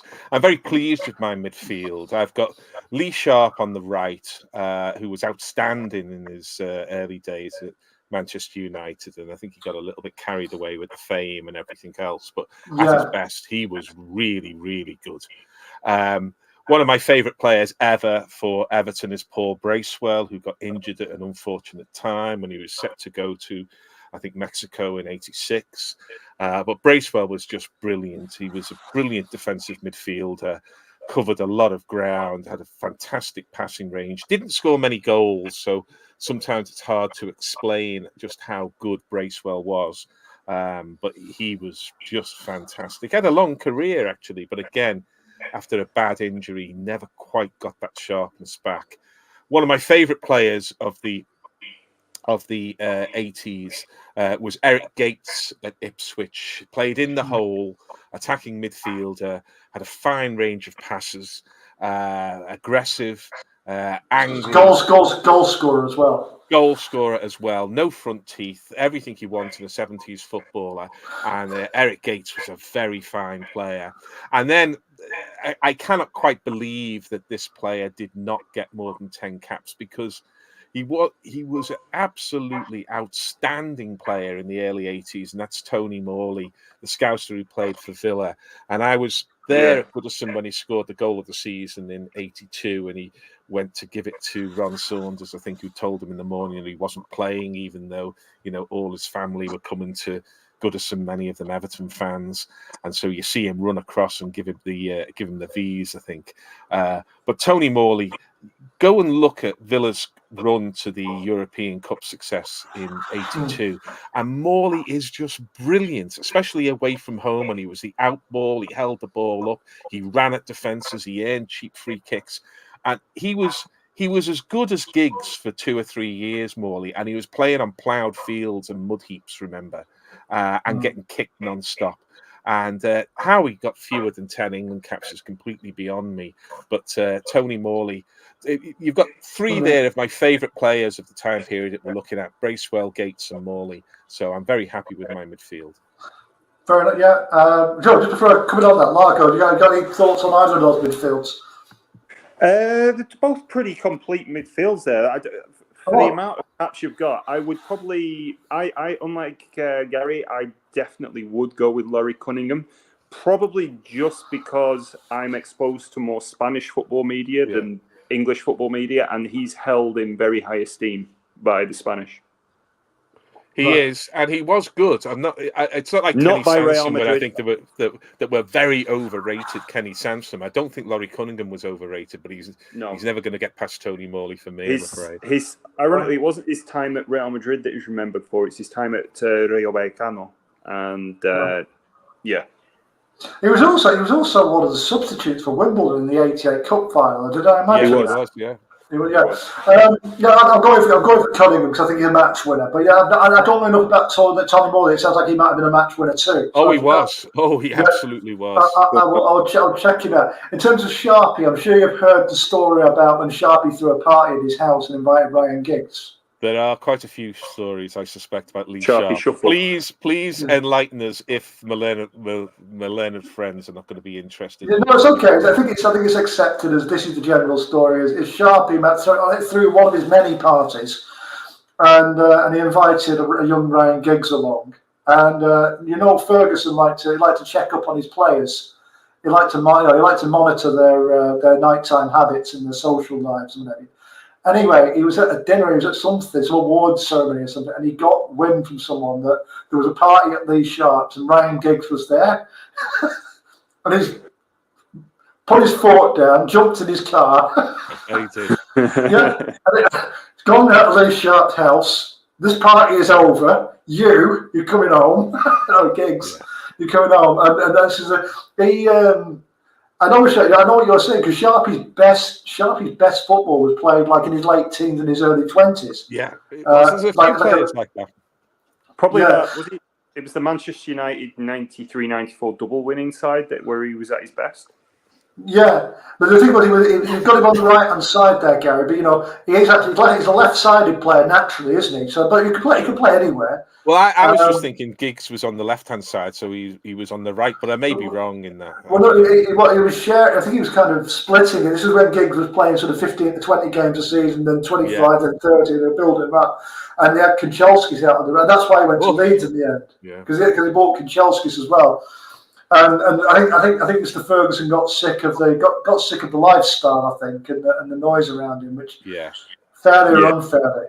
But that was.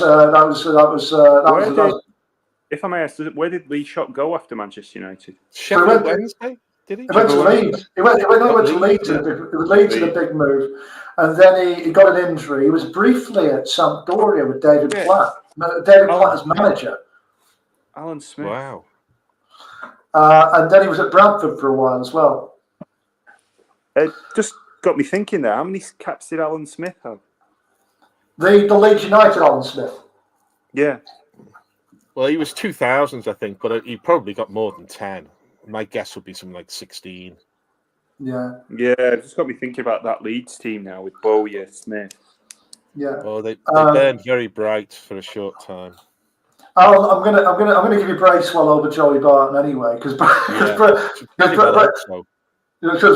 kind of included Barton for a bit of fun, but Bracewell that Everton team had a very interesting structure because they played, even though they were talking people who'd been in it, they had 2 holding players and 2 wingers, didn't they? Yeah, and, and 2 fullbacks who were ahead of the wingers quite often. Yeah, so Reid and Bracewell gave you a very solid platform, and the other players, around that could attack. And Bracewell was still playing very good football into the 90s, when he was in the team, it was Sunderland team that got to the cup final, and it was at Newcastle when they went up, and I think in the first season they went up as well. Yeah. I think he played 4 FA Cup finals and lost them all. Right, so that'd be the 86, the 89, the 92 was Sunderland. I think it's another one. Maybe he played 85 as well. I'm not sure. Yeah. But I'm pretty sure he's lost 4 FA Cup finals. Yeah, but he had a damn good player. So and then we're on to Devonshire, and you've got Eric Gates. So no, Eric Gates was, when you watch matches of the 80s with Danny Baker, they've always got Ipswich Town matches on, and Eric Gates is always scoring. Yeah, and he was like that. Go on. He was like a kind of mini version of kind of the way Cole Palmer's playing now, in that he was on the ball all the time. He scored a lot of goals, and he also had a lot of assists. So he had his head up, and he was looking for the killer pass, and he was brave enough to play it. He was just a fantastic player to watch, and you never wanted to see him in the opposition because you knew at some point in the game he was going to do something. He was going to play a killer ball, or he was going to have 2 or 3 shots on target, and you just needed that bit of luck and some work from your keeper to get him out. But yeah, he was my kind of player. You never had to look to see if Eric Gates was in the team because within a minute he'd be on the ball doing something. Yeah. Yeah, and he was he was a player who scored goals, made goals, and he was somebody who got beyond the gain line, as they say in rugby as well. Things happened when Gates was playing. So yeah, well, when I started watching football with my boy when he was sort of 5, 6, 7, I used to point to Match of the Day and I'd say to him, "That's the hardest thing to do in football," because they say the hardest thing to do in football is to score a goal. I don't think it is. I think the hardest thing to do in football is to run 10 yards with the ball and make a forward pass. And if you have players who are consistently running 10 yards with the ball and making a forward pass, the whole game changes. Your low block can't stay a low block. Your press gets beaten. You open up the channels for players to run into. But if you're a midfielder or an attacking midfielder and you take the ball and you're looking to play it square, or you're looking to put your foot on it, move it around, and then look for a pass, the game slows down, it loses its tempo. And Gates, and there are some others, Cole Palmer is obviously the one at the moment who's doing it. If you've got a player who can take a ball on the half turn, run 10 yards and make a forward pass, you are going to score goals.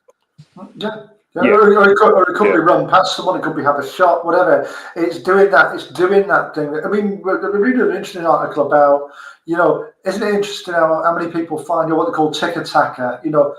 A lot of people find that dull. I know because I'm one of them, and I speak to other people who find it, there's this thing of back fours passing the ball sideways amongst themselves, and midfielders who play it backwards, But have you heard Largo? Because you'll be more familiar with it in Spain. I heard that tiki-taka is essentially a defensive tactic, so that you're in a shape where if there is transition, you can then defend the attack. So a lot of this passing is just getting all the chess pieces back on the board. Apparently Guardiola, when, for example, he had this thing where he would say, he would want someone to challenge for the ball, but that didn't mean he wanted them to win the ball. He just wanted them to challenge the ball, which would then force something else to happen, which would force something else to happen. And that was the whole point of tiki-taka. It was about forcing things to happen. Even if you don't win the ball, you're forcing 3 or 4 moves away. I'm not translating well in English, but that It was about it was about forcing things to happen, not necessarily winning the ball. So you can get where a key player can get that result. And I'll just say one other thing, and I'll be careful in saying it. Tiki-taka was at its best at a time when a lot of Spanish sport was particularly good, and then you have Operation Puerto casting some doubts on some of Spanish sport. Tiki-taka is actually not liked in Spain. Is that like, sorry, was that like some sort of Spanish equivalent of, Italy's Calciopoli scandal? No, it was a doctor and a team of doctors who were employed. Yeah. It was called Operation Puerto, and I think there's a list of 250 or something names that have never been released. Is that right? Yeah, it is. It is. There's again, a name that will pop up when you read these things again is Florentino Perez. Yeah, he's just there isn't. I mean, he even Real Madrid can get planning permissions and build things in Madrid that nobody else can do. They can do it's their country. It's their country, and everyone else just exists in it. The one that's I was just going to say Operation Puerto is strongest in cycling because that's how I know it. Because probably my third sport, cricket, football, and cycling. And, it was a big thing. Even with the history of cycling's doping offences, Operation Puerto was a big thing. I think of the name of the Spanish cyclist who got done for it. There was loads. Pedro Delgado, I think, was done. Poor Juan Miguel Jimenez was dead at a young age. He won the Tour de France. It was like 2009.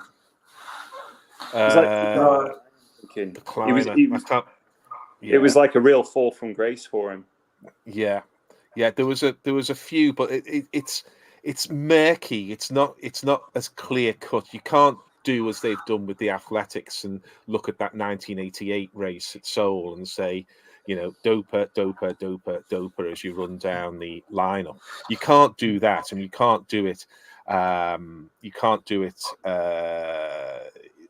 In football, but it did go across sports, and the thing was, the investigation went into tennis, and it went into football. Yeah. Obviously, it went into cycling, and it was at a time when Spanish sport seemed to be unstoppable. They were winning everything. Yeah, and cycling here is massive.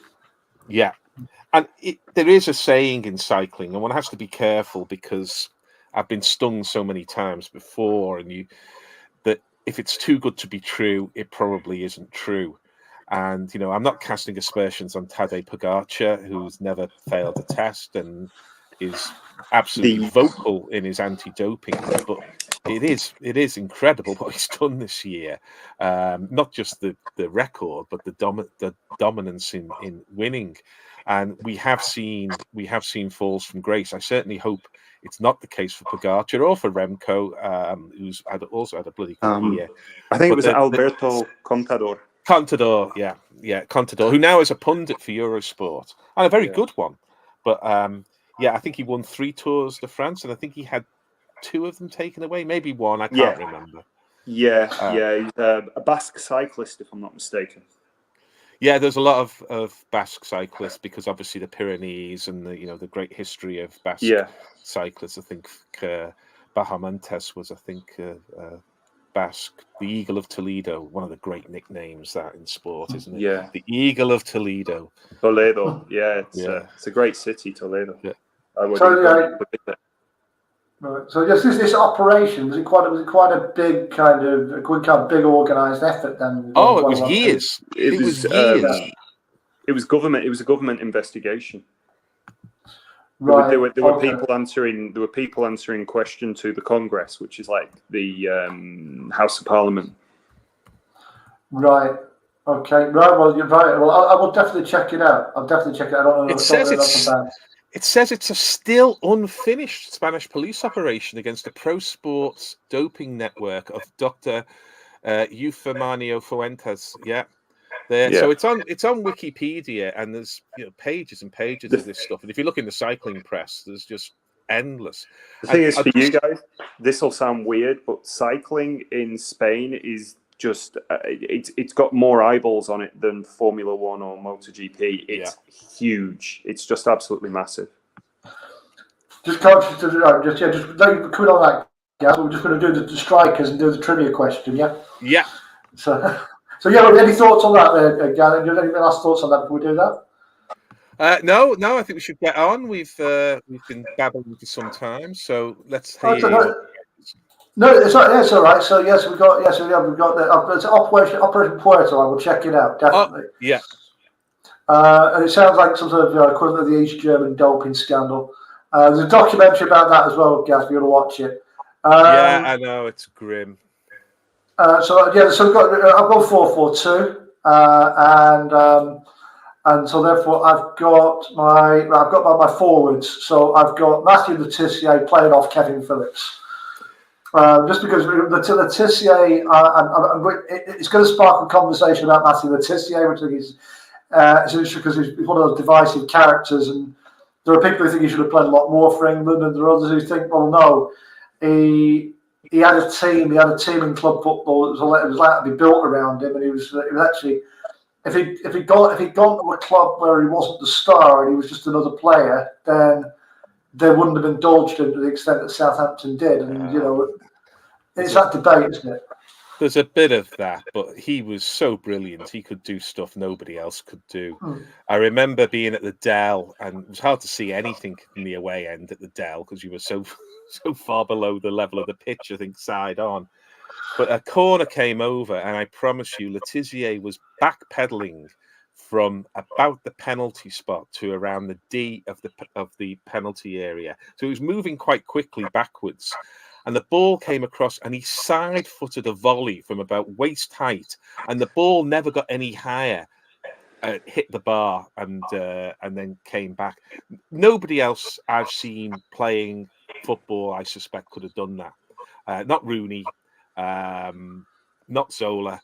Le Tissier could do this stuff that I don't think anybody else could do. And there's the highlights reel is just extraordinary. Remember playing on really bad pitches with defenders kicking you and biting you. And yes, there is the argument that they built a team around him. The other argument is how many chances did he get? And yet he would score 20 odd goals a season. I think there was a season that he scored 24 and Shearer got 3. For Southampton, his last season, the full season, I think, before he went to Newcastle.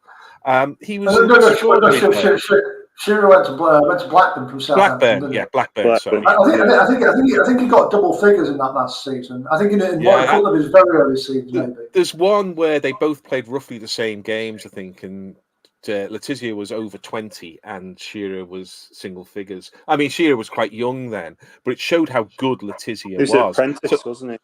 Yeah, I mean, that's the other side of the argument, really. They did build a team around him. Maybe he wouldn't have fitted in elsewhere, and obviously his fitness wasn't so great towards the end of his career.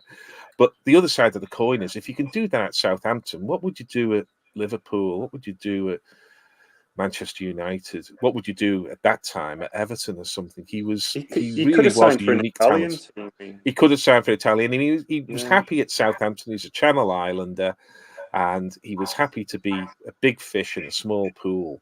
But Le Tissier could do the only player I think who had the same remarkable ability to combine balance and output was Dennis Bergkamp. Bergkamp could do extraordinary stuff, and Pete Bergkamp, as well. Yeah. Would you say in that respect that he was better than people like Hoddle or Waddle or Gaz? Different level to those guys. They were good, but he was he saw things that nobody else could see as well. I mean, some of those long range shots, you think, how did he even consider taking it on? Never mind doing it. And he was a class above those as an individual player, but there was always the question, well, how do we fit him in the team? Because you're not going to get anything coming back. There's not going to be any covering, running. There's no hassling defenders. You're going to get the ball to him in the opposition half and say, win us the match. And he did it quite often.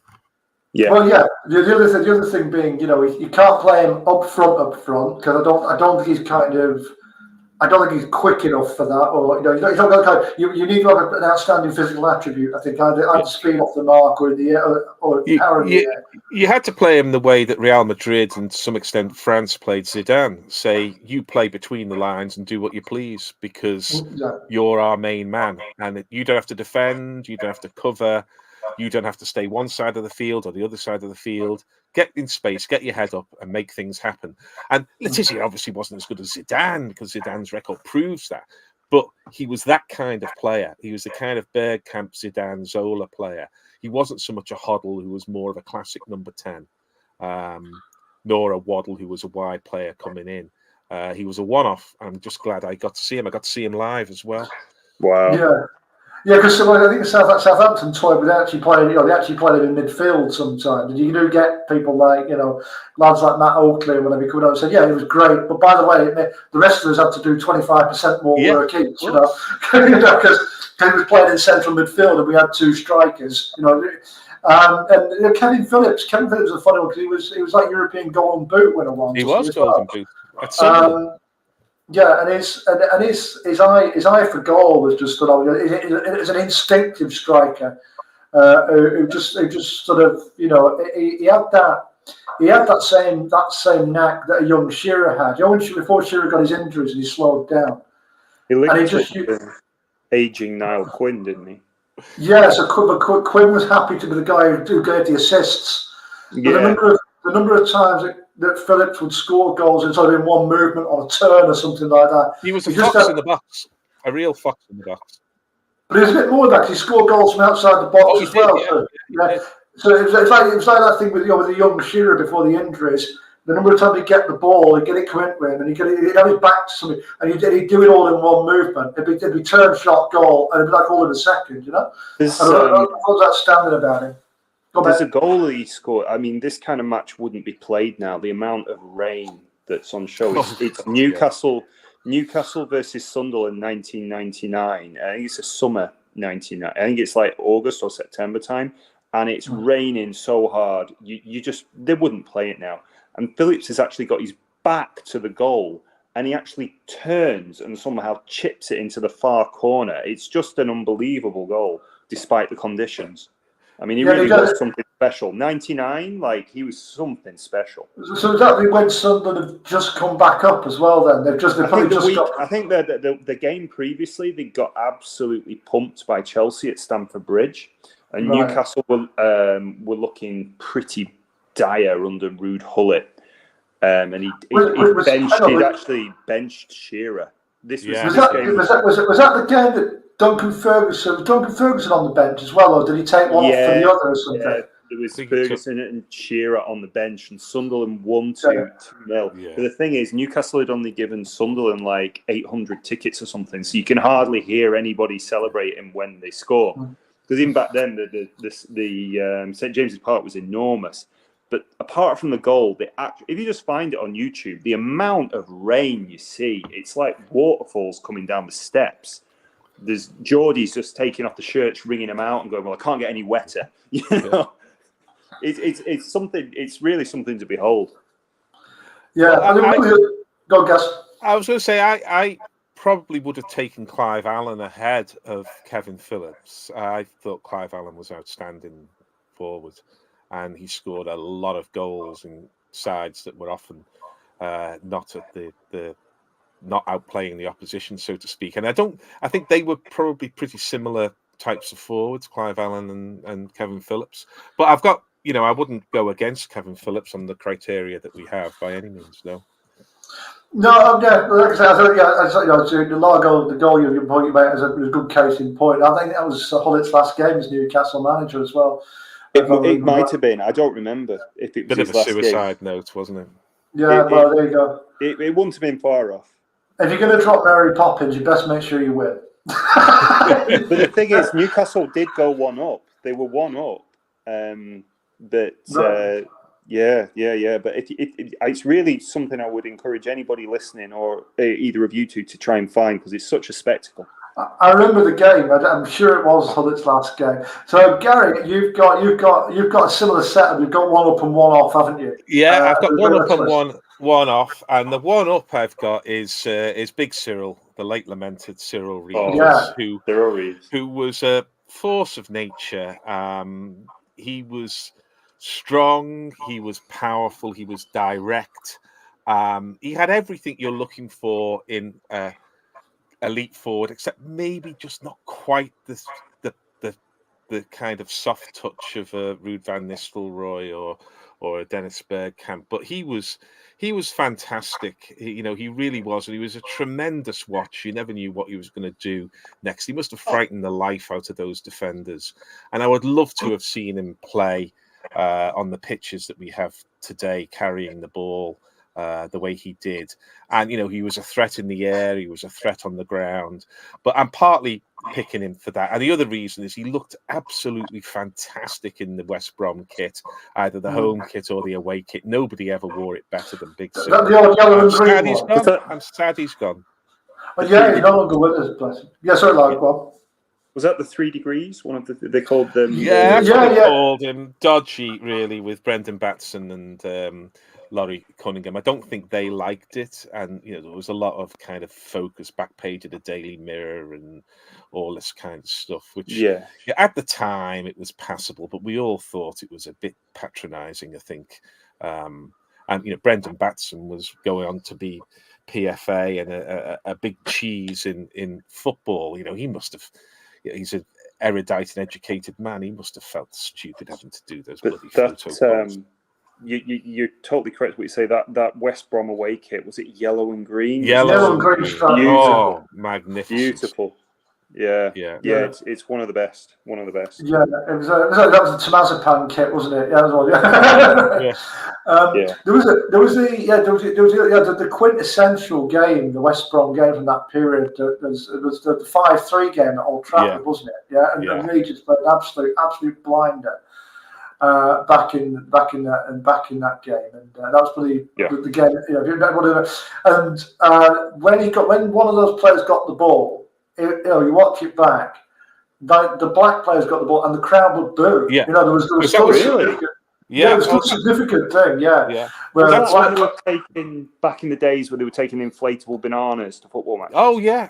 I mean, that's the other thing I was going to mention is that Big Cyril did all this under torrents of abuse, which they often said they blotted it out. You couldn't blot it out. You couldn't blot it out if you were standing there in the crowd. And Everton's crowd were as bad as any others. Really? I make no claims. I make no claims. Liverpool's whatsoever. a very multicultural city, isn't it? It wasn't then. But then. You had Toxteth, was it? Yeah, that was it. And I went to a comprehensive school with 1,700 pupils in it. Only one was black that I can remember. I used to play tennis. He was poshest of all of us. I used to play tennis with Lanry, Liverpool was multicultural in Liverpool 8, but not outside Liverpool 8. The crowds were white. The crowds were white. I promise. Not always the players. Everton had a black player. There's a famous man from Liverpool who isn't white, who likes going to Lancaster and approaching people outside gyms. Oh, really? That doesn't sound very good. I don't know if you're familiar with who I'm talking about. Darren? It might not want to move. It might want to move on from. I don't know. It might be best edited out. Yeah, I don't know. Tell me off there, Largo. Yeah. So that's Cyril. Yeah, I mean, Cyril. I thought when you put Cyril, that was a good shout. I might well have gone for depending on what sort of team I was putting in. In fact, you could have played Cyril and Kevin Phillips together. You could have played Cyril and Matt Letizia together. But it was absolute force of nature. The other thing I was thinking about when you mentioned Cyril was there's a period. I know Big Van Atkinson was a big fan of his, and I'm surprised he didn't go to Man United. In the mid-80s. Yeah, I am. I'm surprised there isn't like a spell at a really big club in there. Did he go from West Brom to Coventry? Yeah, I think he did. Yeah, you think that there's a 2 to 3 year spell at a Man United or a Spurs or whatever that he should have had, as well as more England caps.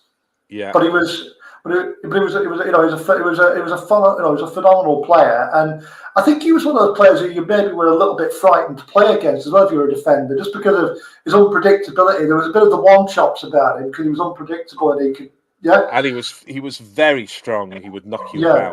about. He wasn't afraid of a bit of that. I mean, I just wonder. This is only speculation, but you know, they were the three black lads at West Brom were trailblazers. There had been black players before. So Everton had Cliff Marshall in the 60s, and there was Clyde Best at West Ham, but they were still relatively rare sights in the First Division. And I wonder if there was a bit of old school institutional racism where they didn't fancy him because they didn't know if they could trust him. Because Was that the same? those attitudes were prevalent at that time. Was that They the same in cricket? It was less so in cricket because I think that the black players in cricket tended to be West Indians, and there was a long tradition of West Indian cricketers coming and playing in the Lancashire leagues, for example, as professionals. And Leary Constantine played in Liverpool in club cricket. Clive Lloyd played. My internet's going a bit weird again. Yeah, Clive Lloyd played in the 60s, and you had that Rebels tour in South Africa, was it? Yeah, that was a bit later, but. In the 70s, in the late 70s, when Big Cyril was at his best, I wonder how many black players there were playing regularly in the top flight. There wouldn't have been many, and it wouldn't surprise me at all if there were whispers going round saying, "Oh yeah, he looks good, but I'm not sure we can trust him. You know what these lads are like." That was the kind of thing you heard everywhere in the crowd. You heard it, I'm sure, in boardrooms, and indeed, I'm sure there's some that was still going in the documented 90s. evidence. Yeah, it was still around in the 90s, but it was definitely around in the 70s. Doesn't remember this, Kurt Nogan. What's that? Kurt Nogan, when he was, the Burnley fans used to like to chant racial slurs at Kurt Nogan. But he used to play for them as well, didn't he? Yeah, well, that happened. But when he played for Preston, the Burnley fans would always call him the P word. Right. Okay. Yeah. They've always had a kind of element amongst them as well, haven't they? But that's another thing altogether. Ale Barrett used to get abuse from Everton fans, Really?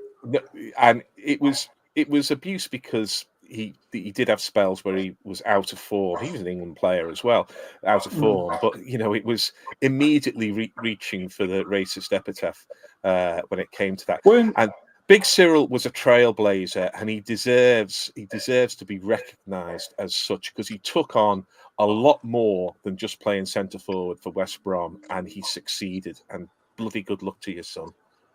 Yeah, well, tell what I'm going to do, Gary. I'm going to say you win that one. We'll have Kevin Phillips as a substitute, and I think Big Cyril's a good shout. So we'll have him as the main man. So I had Mr. Letitia playing 10 yards off him or so.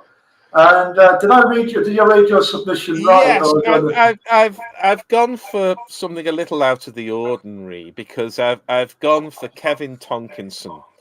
Now, some of you may be wondering, well, who's Kevin Tonkinson? I'm going to look up his record, but that's good. Widely known as Tonka, and he played for Mike Bassett's England team as something of a Gaza avatar.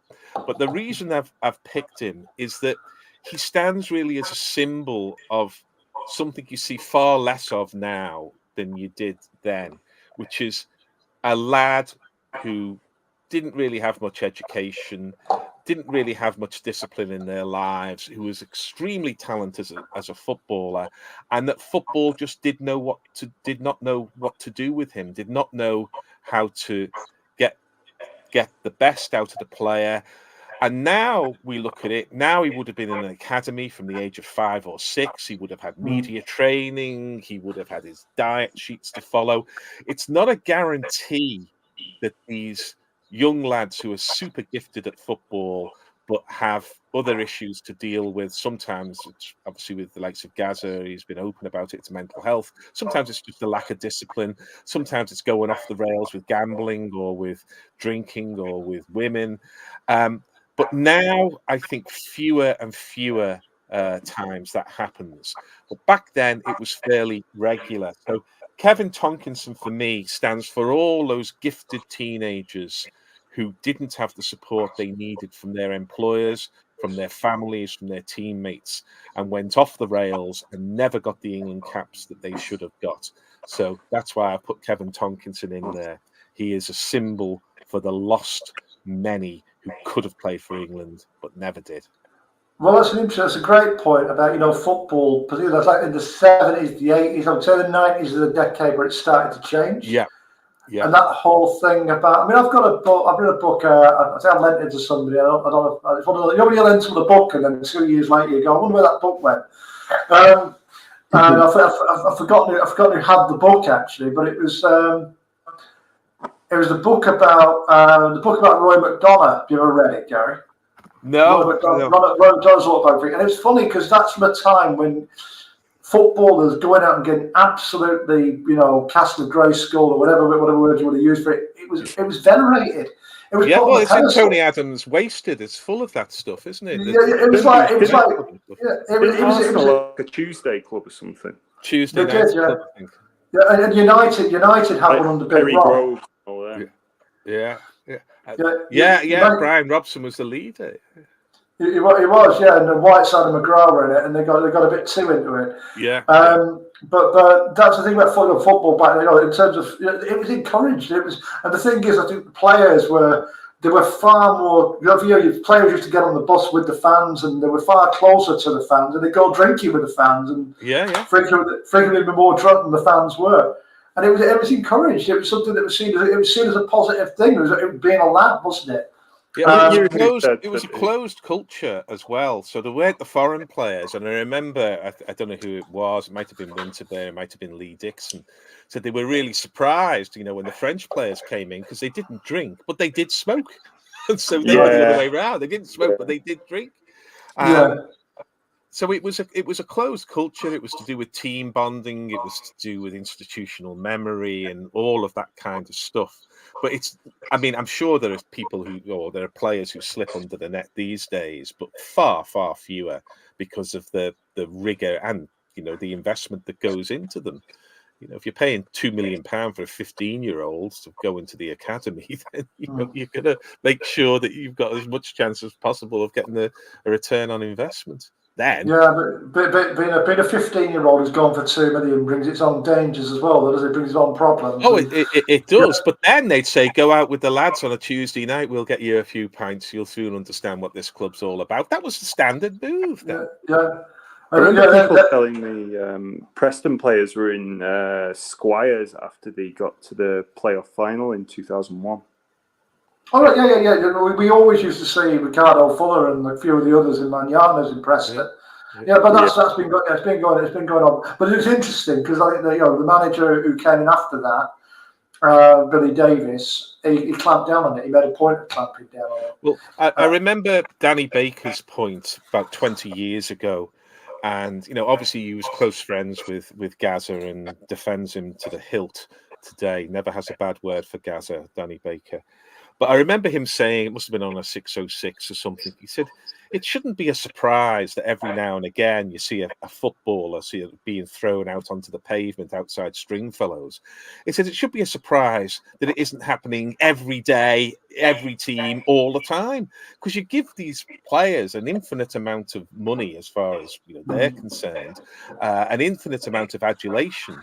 And then you're expecting them not to, occasionally go over the top at times. It takes years and years to build up the resilience to be able to deal with temptation. Some never do, but at least they're getting the support they need now, and they're in cultures where, as Brian Clough used to say, good habits are encouraged.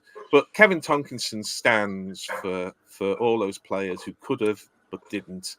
And I'm not blaming a 17, 18, 19, up to 25-year-old for making bad decisions. God, if I paid the full price for all the bad decisions I made, I wouldn't be sitting here now talking to you, I promise you.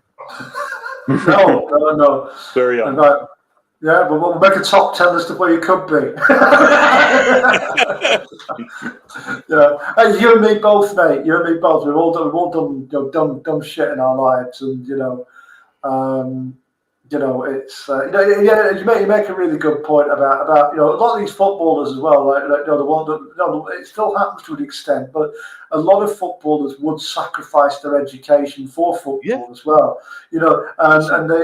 And they would throw their lot in with being a professional footballer, and they would miss out on the whole social side of education as well. And it's very similar to always, Gaz, to when you get people who win the lottery.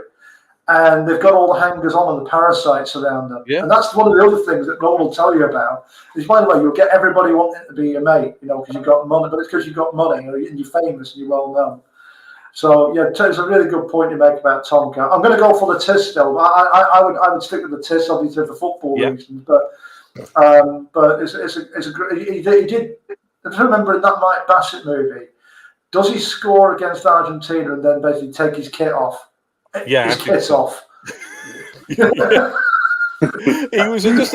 was obviously, I think he was based on Gaza with the personality and I think the accent as well. But he was a composite of all the Mavericks that we've known over the previous 20 years, I think.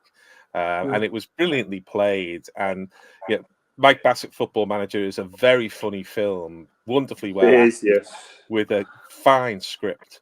When I was an academic, our external examiner for MA screenwriting just slipped it into conversation that he'd recently, I think, got a screenwriting credit for Madagascar, which must have made him a bit of money. We said, "Oh yeah, we did Mike Bassett, Football Manager." I said, "What, you did Mike Bassett, Football Manager?" He said, "Yeah, we did Mike Bassett." He's the writer of Mike Bassett, Football Manager, one of them. So I was the only time I was more shocked was by one of the staff who worked, one of the part-time industry professionals who worked with our animation students, who gently slid it into conversation that he'd worked on Yellow Submarine. You've worked on Yellow Submarine. Can we go to the pub for 7 hours and you can tell me what it was like, please? So but Mike Bassett is a fine film, and it'll stand up today as well. The comedy and the acting and the characters are well able to survive 20 odd years since. Was it when the Republic of Ireland team arrived? You go, "Oh, look, it's the England B team." No, it's the England B. They call them England B. England B. Oh, it's England B. And they're all like Cockneys and Scousers. It's Tony Cascarino and John Aldridge. As long as it's not 1994. The other quick one. My manager's Allardyce. I think he's the only obvious candidate for it. But he could have Mike Bassett. Yeah, he could have Mike. Would you not have Joe Royle? England. No, we're looking for England managers. Managers. Caretaker, England. A manager that has to have managed England. We're going to say Howard Wilkinson, Gary. No, I was going to, because he must have managed more than 10. I was going to say they always seem to give the job to Peter Taylor, didn't he? Joe Royle did have 8 caps. Howard Wilkinson only managed a couple of games, I think. Did he? Did he only manage a couple of games? Well, he would be the alternative then. I didn't name a manager because inevitably it would be, unless Sam Allardyce, it would be a caretaker. So the thing with Mike Bassett is as well is the obvious kind of debate is, was Mike Bassett based on Sam Allardyce or vice versa? Very good. Now many of my friends who are football journalists say that Allardyce is traduced by that reputation, that he was very progressive, he was very much open to new ideas, and that the bluff exterior and the pints of wine in one hand was part of an act, really, and that he had a very sophisticated understanding of how football could and should be played, and the tools. He made sure he had the tools to hand to be able to do that. We never quite saw it in his teams, but he was JJ Okocha. Did he play for him at Bolton? He did. People like Campo and Joe Kayev. Joe Kayev. Hierro as well, wasn't it? Yeah, Hierro was there a bit later in his career. Didn't they beat? Was it Bayern Munich, Atletico Madrid in the UEFA Cup? I'm thinking 2008. They went on a run. I think when they got a draw against Bayern Munich, that was when Allardyce had gone to Newcastle and the Ginger Mourinho was managing Bolton. Right, because he didn't leave because he said, "Look, I want to push on to Champions League." I want the backing. And they were like, no, like absolutely not. He's like, I'm off. I'm going. So then he goes to Newcastle, thinking he's going to get that from Holden Shepherd, but then they sort of Mike Ashley. Unlucky, Sam. Unlucky, Sam. But they did finish like consistently in the top half of the table, didn't they, for a few years? Bolton were pushing that top six. Sorry, Gaz, you're going to come in there. Well, I was just going to say, Sam Allardyce often defends his record, and people scoff and they say, "Oh, yeah, here he is again." But the fact of the matter is, his record was pretty good at a time. In fact, in the last 30 years, when English managers and success have not been on speaking terms for some time. So, I think we have to give him some credit. He was certainly. There was an element of Mike Bassett because the whole look was very much like Sam Allardyce when he was a big centre half, wasn't he, with the tash and the hair and all of this. But he was actually more sophisticated than we give him credit for. Yeah, for sure. Well, it's a fair fight, but it was a good joke to make, I thought. Yeah, we didn't mean it, Sam, if you're watching. And the other like but he did Under the Cosh recently, Largo. Have you seen it? I have, yeah. I follow on Spotify Under the Cosh. So you've given me an idea, Gary, for next week's trivia question. Oh. So I've got two now. We can either do the one about the Jonathan Greening effect, or we can do it. Or we can do the one, or we can do another one about English managers. So I will write that one down. I'll write it down. You've got two more podcasts, I'm sure, that ready to go. So there you've got two questions. I'm going to have to get off soon. I didn't realise it's 10 past 10. Yeah, for sure. Yeah, you've been great. Thanks for being with us, mate. We're going to do the trivia question, the answer to the trivia question. We'll have a quick wrap up for a few minutes, and then we'll get gone. Yeah. So the question was it was a cricket related question. The football goalkeeper who played cricket for Shropshire when they stunned Yorkshire in the first round of the NatWest Trophy in 1984, a very rare event when a minor county beat one of the first class counties. I think it only happened 6 or 7 times, in 30 years. So yes, Shropshire beat Yorkshire, and one of the guys opening the bowling for Shropshire that day, Gary, who was it? Well, he was a frightening sight. I hope that's not unfair to him. He was a frightening sight when he played for Southport and Birkdale Cricket Club in the summer, which will give you a clue as to one of his teams. And I've played many times at Southport and Birkdale myself, and I certainly wouldn't fancy facing him. But universally known as Big Oggy, Steve Ogrisevich. Yeah, I knew it would be Midlands team when you said Shropshire. I was like thinking, I was going through Midlands goalkeepers, 80s, 90s. I don't know why I didn't say Ogrisevich. Yeah, so it was. He played cricket as Stephen Ogrisevich. Did he now? Yeah, he did. Yeah, he's on there. He's on the bowling card for Shropshire that day. I think he turn out for Lancashire seconds at any point. I'm not sure, but that was in his days when he was at Liverpool, of course, as a long-term understudy to I think Roblov. Didn't Gary have a football career as well? Who's that? England cricketer who ran out Ricky Ponting, Pratt. Oh, Gary Pratt, the subfielder, the famous. Yeah, I think it was 2005 or 2009. He ran out Ponting. Yeah, in 2005. Yeah. That was him. Yeah, played for Durham, didn't he? Yeah. So there's been a few cross sport guys. Probably the most famous of them would be Dennis Compton, I think. Yeah. Yeah. The most famous cross international is not Dennis Compton anymore. It's Elise Perry, the Australian woman who's played the very highest levels of cricket and football. Good shout, Gaz. Yeah, right. So yeah, we've got a new winner on that one. But there wasn't Sheffield United Sheffield football. What's his name? You're referring to Curtis Woodhouse, the ex-Sheffield United footballer. He played for Sheffield United in Birmingham. He also fought later on for the British title of boxing. He played for Sheffield United under about 2000. So that manager would have been. It would have been the one before Warnock, I think. No, I thought it would have been Neil Warnock. I thought it would have been. So Gary, you've got to get off there. First of all, just thanks so much for being with us, mate. Well, thank you. It's been an absolute pleasure. I'm delighted to meet you two guys in person, or as in person as one gets these days, and to indulge me in rabbiting on and on. I've very much enjoyed it, and let me know if there's anything else I can do in the future, because it's a real pleasure.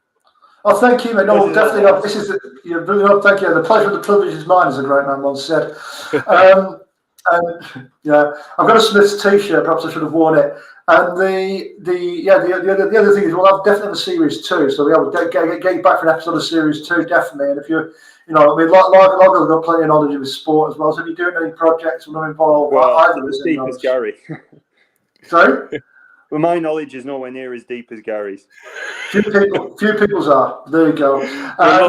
You're very kind. I do need to thank the listeners because they've had to listen to my ear bashing for the last 2 hours, 19 minutes. And I do appreciate the listeners as well. So on that, I think I'll get myself sorted out, ready to go to work tomorrow. I have to work Saturdays and Sundays, but the rest of the week is mine. Lucky me. Brilliant. Well, thanks for being here from you, mate. Yeah, we've enjoyed your ear bashing, and we'll see you again soon. See you soon. See you, Gary. Cheers, guys. When are we doing series 2? So yeah, Largo. Yes, we're still on air. This is episode 8 of series 1. So I think we'll do a few more episodes, take a break, and maybe in 2025 do another series. That works for you. Yeah, that works for me. It works for me. Yeah. Great. So yeah, all I've got to say is funny thing that happened to me earlier today. I work with an 80s and 90s sport-related twist. I was mentioning to Gary in the Green Room. And so I must have done a good piece of work for somebody in work, and he wrote back, "I'm going to start calling you FedEx because you always deliver." And I thought of two things. I thought, one, they don't always deliver. They deliver at the wrong address sometimes, like everybody else, and late, like everybody Leave it with else. a neighbour. Yeah. Number two, occasionally, if you're a former WCW wrestler, they will deliver you a payslip for £0 and 0 pence. Oh, they did do that, didn't they? Yeah. And the other thing was the whole thing about you always deliver and having a nickname off the back of that is gone. It's already taken by Gavin Larson, the former New Zealand bowler. It was known as the Postman because he always delivered. So yeah. Dated. Yeah, it's gone. So do you have any nicknames going on? Famous for me personally. Yeah, you personally have any nicknames? I'm just Dazzler or whatever. But, no, not really. I'm not interested enough. oh, no, I wouldn't say that. You weren't blessed with a nickname. It's all right. So No. yeah, is there anything else? I mean, you nicknames weren't always kind in those days. I'm old enough to remember when people would have nicknames related to their ethnicity and things like that, and people would just, even the person who had the nickname, just wouldn't say anything about it. They just accept it. Yeah, whether that was Indian people, black people, or whatever. Yeah, it could be. Yeah, it wasn't always good. And yes, and people were expected to quote laugh along. I know you're getting that. Yeah, like, because if I object, you'll beat me violently. Okay, and that right. was Yeah, well, it was an ugly face of the past. It's probably for the best we've moved on from. So just before we shoot off, is there anything else from you in terms of things that this week or anything else you want to talk about quickly? Just like I said to you before, I was watching some WWF matches, and I couldn't help but think, in a real, like, the WWF were booking this Heart Foundation versus DX rivalry. And DX would come out on top. And I remember thinking, if it comes down to like a real fight, like even back then, I was thinking, like, you could pick any combination of the Heart Foundation, even one of the Heart Foundation versus all of DX, and the Heart Foundation are coming out on top. It's just not believable to have DX being put over the Heart Foundation. It just physically. Unless they're winning by underhand means and cheating, no. I mean, if it was just a square go, Brian Pillman versus anyone in DX, Brian Pillman. I don't mind when you get like a cowardly heel or something win a match against a legit tough guy, but it has to be because they used underhand means. Otherwise, it's not believable. The DX was supposed to be the good guys because it was like Heart Foundation were like anti-American and all that kind of thing. No, it's not even believable. Like, Jimmy the Anvil Neidhart would eat Shawn Michaels for breakfast. I mean, he would. Yeah, well, you're right. If those two guys got down the alleyway, I know who my money's on. I do. Triple H back then against Davy Boy Smith at his steroided up peak. I mean, come on. Yeah, well, Davy Boy, bless him. There was one other quick thing, actually. I'm going to shoot off as well in a minute. That's all right. I mean, the other thing for me was, have you been following this Vince McMahon thing on Netflix? I know it's kind of done now, isn't it? I haven't watched it. I mean, I will at some point. I've heard people say it's great. I've heard people say it's not. I'm not. It's not the kind of thing I probably like. I wouldn't spend. It's not the kind of thing I'd spend my free time watching. I remember there was this Jimmy Savile. Everyone's like, "Oh, you got to watch it. You got to watch it." It's Jimmy. I don't really want to be honest. No, I think it's been. I think it's. I think you are. We've been talking about it in the week. There comes a point where you're veering dangerously close to what we call the crime porn genre. Yeah, I want to have a chuckle. I want to have something that makes me laugh. I don't want to have something that's gonna, depress me. I want to watch some WrestleMania under the push. Well, hang on. The Savile thing was a real thing. It's important we know about it. It's important. Absolutely. I'm not saying the victims don't deserve to have their story heard. It's just I don't want to spend my free time. The thing is, I do think there's a danger with stuff like this. It's a bit like the people who are obsessed with the Madeleine McCann case or whatever. There's a danger of this kind of thing becoming a franchise. And it becomes a way of making like dirty money for people as well. And it's like there's that YouTube channel that we were talking about, and I'm thinking, what do people actually get out of watching that? Like, what's your mood? What's your vibrational level after you've finished listening to some bank robber who's now on universal credit after spending 15 years inside? And it's just like, what's that doing for you? Well, the thing is, Largo. Like I said to you about that guy, I think we can respectfully disagree with him. The guy who was the guest on that show. The guy who presents it. I got a funny approach in the week, as you know, from somebody who basically had a residency on that show about 3 years ago. And I don't want to give him the publicity of mentioning his name because we're in a completely different league to somebody else to trash like that. I don't want that energy around. No, I would rather have 200 people listening and them seriously give a shit and actually be serious people than mass audiences of clickbait fools. Really, I don't want to have anything to do with people like that. And I did ask this gentleman, who you know his name. I said, look, are you still involved? Are you still involved with these people over here? Because as far as I'm concerned, they're grifters, and I want nothing to do with them or anybody who's who's got a working relationship with them. So I've had an answer to that question.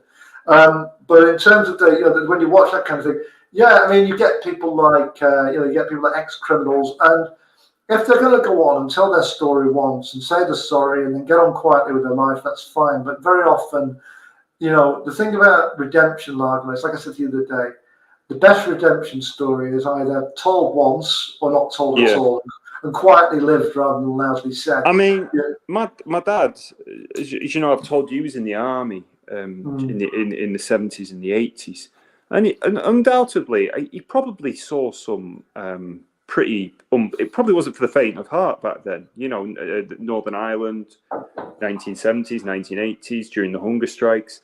He was there at that time, but he never told me about it. I don't know. That's the thing. Probably because I don't know. He never spoke about it.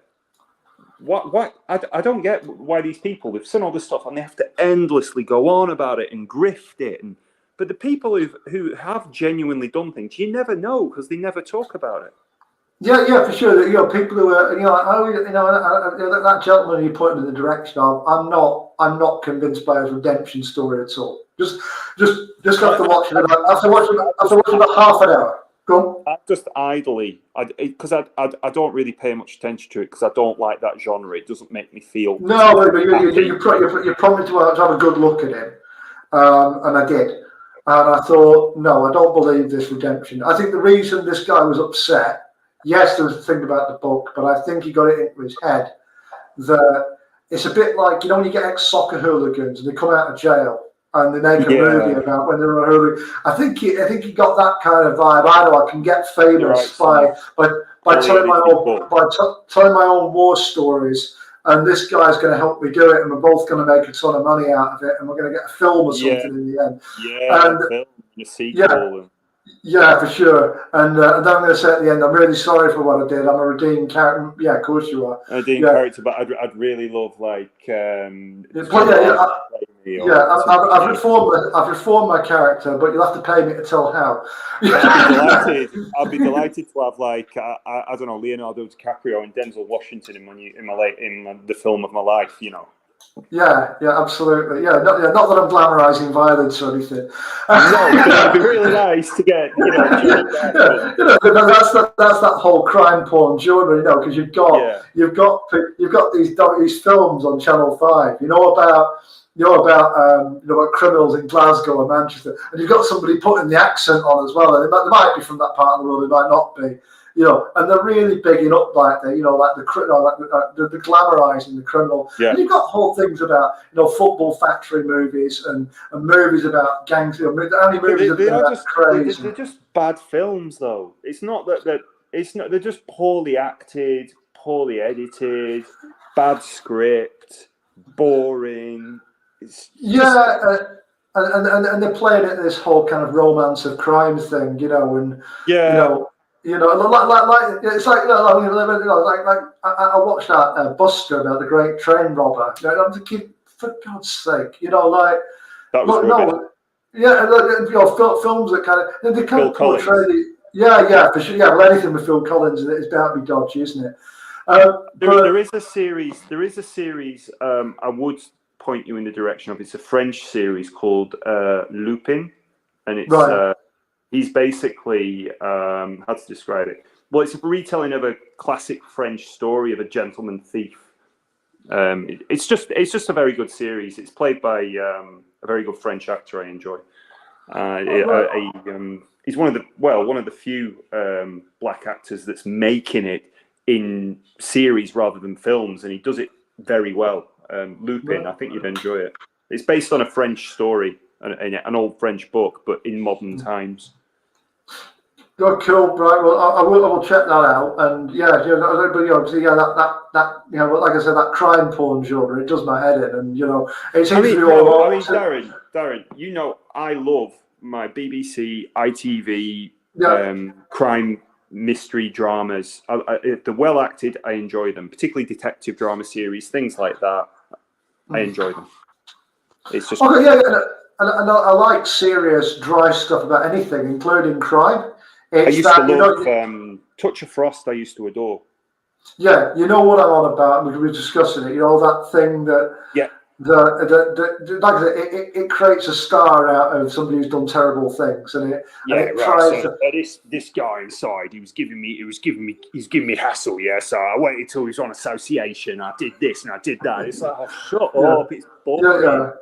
Yeah, or it glorifies or glamorizes them, or tries to give them a kind of faux human face. No, mate. Right. This is how you do. And then there's like this, like one of them, they're doing like, oh yeah, this is how you do cooking in prison. Like, yeah, well, just stay out of prison and you can use a fucking hob like everybody else. Right. They've got sad music playing in the background. Mate, you ran in a bank and pointed a gun at a poor girl's face. I've no sympathy for you. It's just so boring. Turn that sad music off. I don't feel sorry for you. No. Right. So the people were literally going about their everyday business in a bank, and you violently threaten them. Yeah. Well, yeah. So. Yeah, no, you're not a working class hero. You're not misunderstood. You're a scumbag, right? Yes. Right. I mean, you want to be a reformed character in 10 years. Get out of jail. Don't reoffend, and let's make sure we never hear about you again. That'd be the ideal scenario. Lots of people are born into abject poverty, horrible situations, and they just plod along, suffer in silence, and make a life for themselves somehow, some way, without hurting anybody. Yeah, for sure. And I don't like crime porn's out, and grifter porn, which actually has a lot of crime porn on it. So like our friend on that channel, which I won't name because I don't want to give him the publicity. No, please. Horrible. It is horrible. I haven't got the energy. No. So yeah, last quick thing I want to do, unless there's anything else from you, is thank Gary for being on. What's a wonderful Thank you, Gary. show. Yeah, it's an absolute pleasure to have you on, mate, and we'll definitely have Gary back for an episode of Series 2. Yeah. Absolutely, yes. Yeah. 100%. I don't know if he's. I was going to ask if he was a snooker fan, but could do a snooker special. There we go. We could. I will find out. I'll see if I can get two of you in touch or whatever, and we can do. Yeah, we'll do a show about snooker. That's fine. Yeah, because series in the summer we could have the at the Crucible the Masters. There's a Masters. The Masters at the Crucible now. Not the Masters, the World Championships. That's more in April, May, isn't it? The World Championship. I don't know. I always imagine it as a summer thing for some reason. No, the weather being good when it's on. I think it's the middle of April, and I'm pretty sure the finals normally played on the May Day bank holiday. Yeah, because I remember one distinctive time Tony Drago had a minor meltdown. Oh, was that when he played Peter Ebdon and he quit a frame? It was just great TV. Yeah, Peter Ebdon, and he quit a frame. Yeah, because Ebdon was playing at the same speed that very old people get jiggy with it. Right? Yeah. And Drago slammed his cue down in frustration and walked out the arena. Yeah. Right. Well, maybe for the snooker special, the guest will be. Maybe for the snooker special, the guest can be Gary and Tony Drago. I could talk about, because for me, snooker's. It's going to sound weird. It's very similar to wrestling, in terms of it's one-on-one. There's drama. You don't know what's going to happen. I don't know. I just see it as similar to wrestling in that it touches that same part of my brain. Well, you can say that about a lot of individual sports. I guess the main thing is in snooker, at least most of the time, the result isn't determined beforehand. The odd time it has been, which has been reported, hasn't it?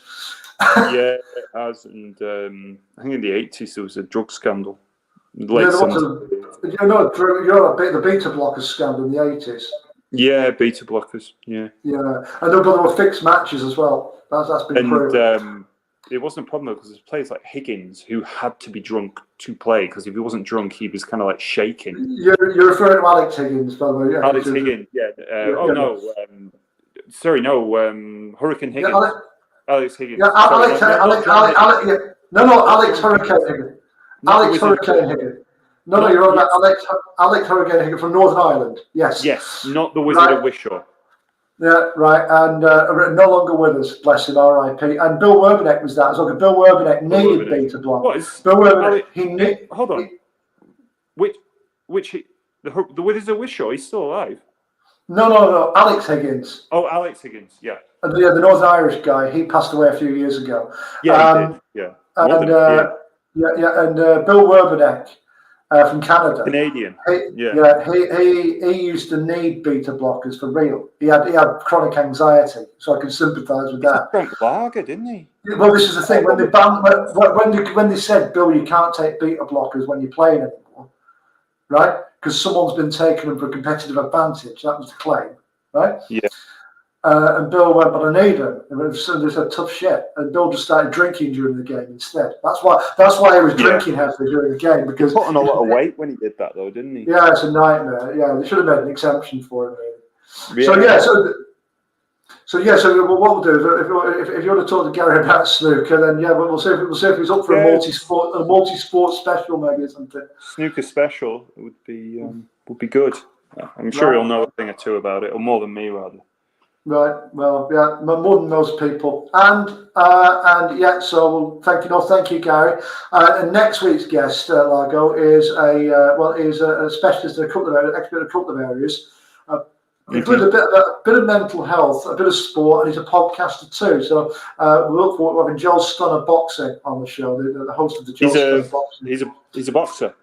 No, I think he's been around gyms in the past.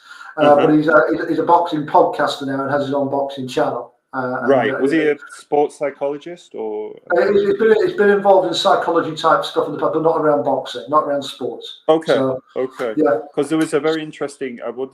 If you said that, I watched something on YouTube that was about a darts player, not Dennis Priestley, and he got this thing called dartitis, where he could basically no longer throw. Yeah, I think Bristow got that. Bristow got that. Eric Yeah. Bristow, and he's got this thing called dartitis, where he just can't throw a dart, and it's just a complete mystery.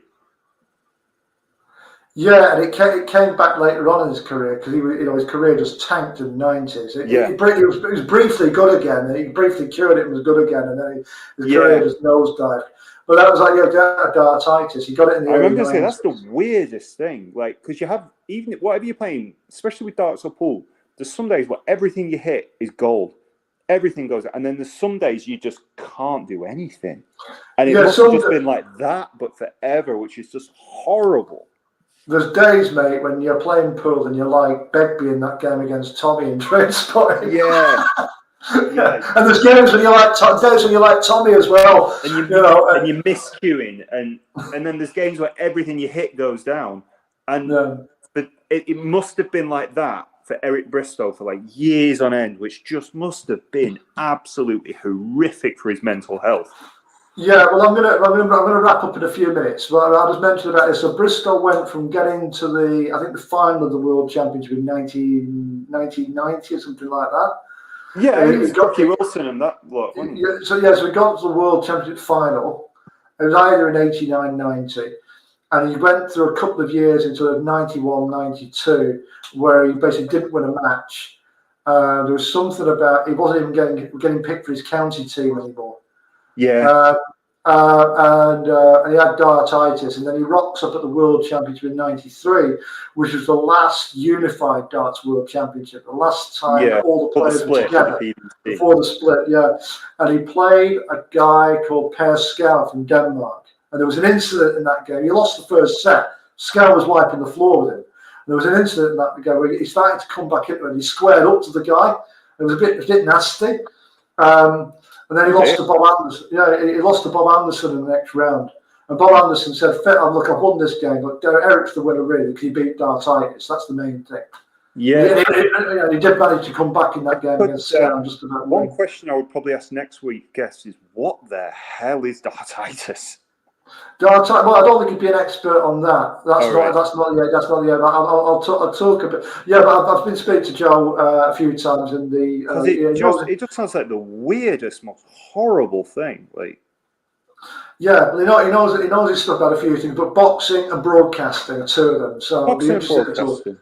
That'd be interesting. And some of the difficulties that come with having a show that's slightly more popular than this one.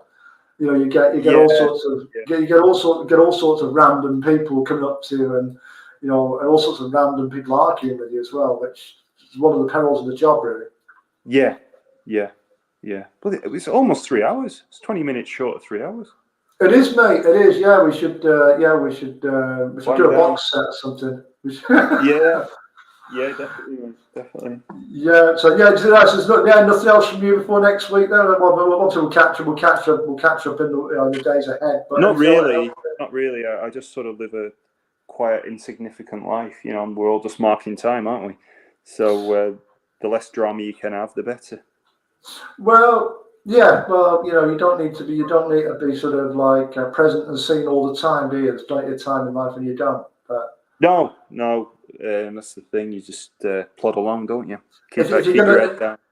If you are going to be seen, and I get that's part of the human condition, that every now and then you do want to be, but make sure it's for a good reason. That's the only thing I'd say to anybody. That's it. Yeah. That's it. Yeah. I mean, I've stopped. Quite pleased with myself. I've reduced the amount of alcohol I've been drinking this year. I used to be drinking close to every night of the week. I've got it down now to sort of Thursday. I'll open a bottle of wine. Thursday, Friday, Sunday I won't drink as much, but I'll drink a little bit, and I'm pretty pleased with that because Monday, Tuesday, Wednesday, no alcohol at all, and that for me is I'm quite pleased with myself with that. It's a significant reduction, isn't it? It gives you your vital organs a nice break. Well done, you. So On that note, then, my mate, let's sign off. Say thanks again to Gary. We look forward to the next time with Gary, and we also look forward to next week where we'll be with Joe. Joe's done a boxing. We'll be discussing boxing and one or two other things. I'll have to read up on boxing. Yeah, and until then, I just wish you all the best. Thanks for listening. However and whenever you did. How many lessons did we get? Oh, listen. Well, I'll find out. We'll find out in the next day or two. Most people who listen to this show listen to it after the fact. So, good enough. No, it's better than kicking the teeth, isn't it? Yeah. All right. Okay, Right, great. Thank you. No, thank you. I'll see you later.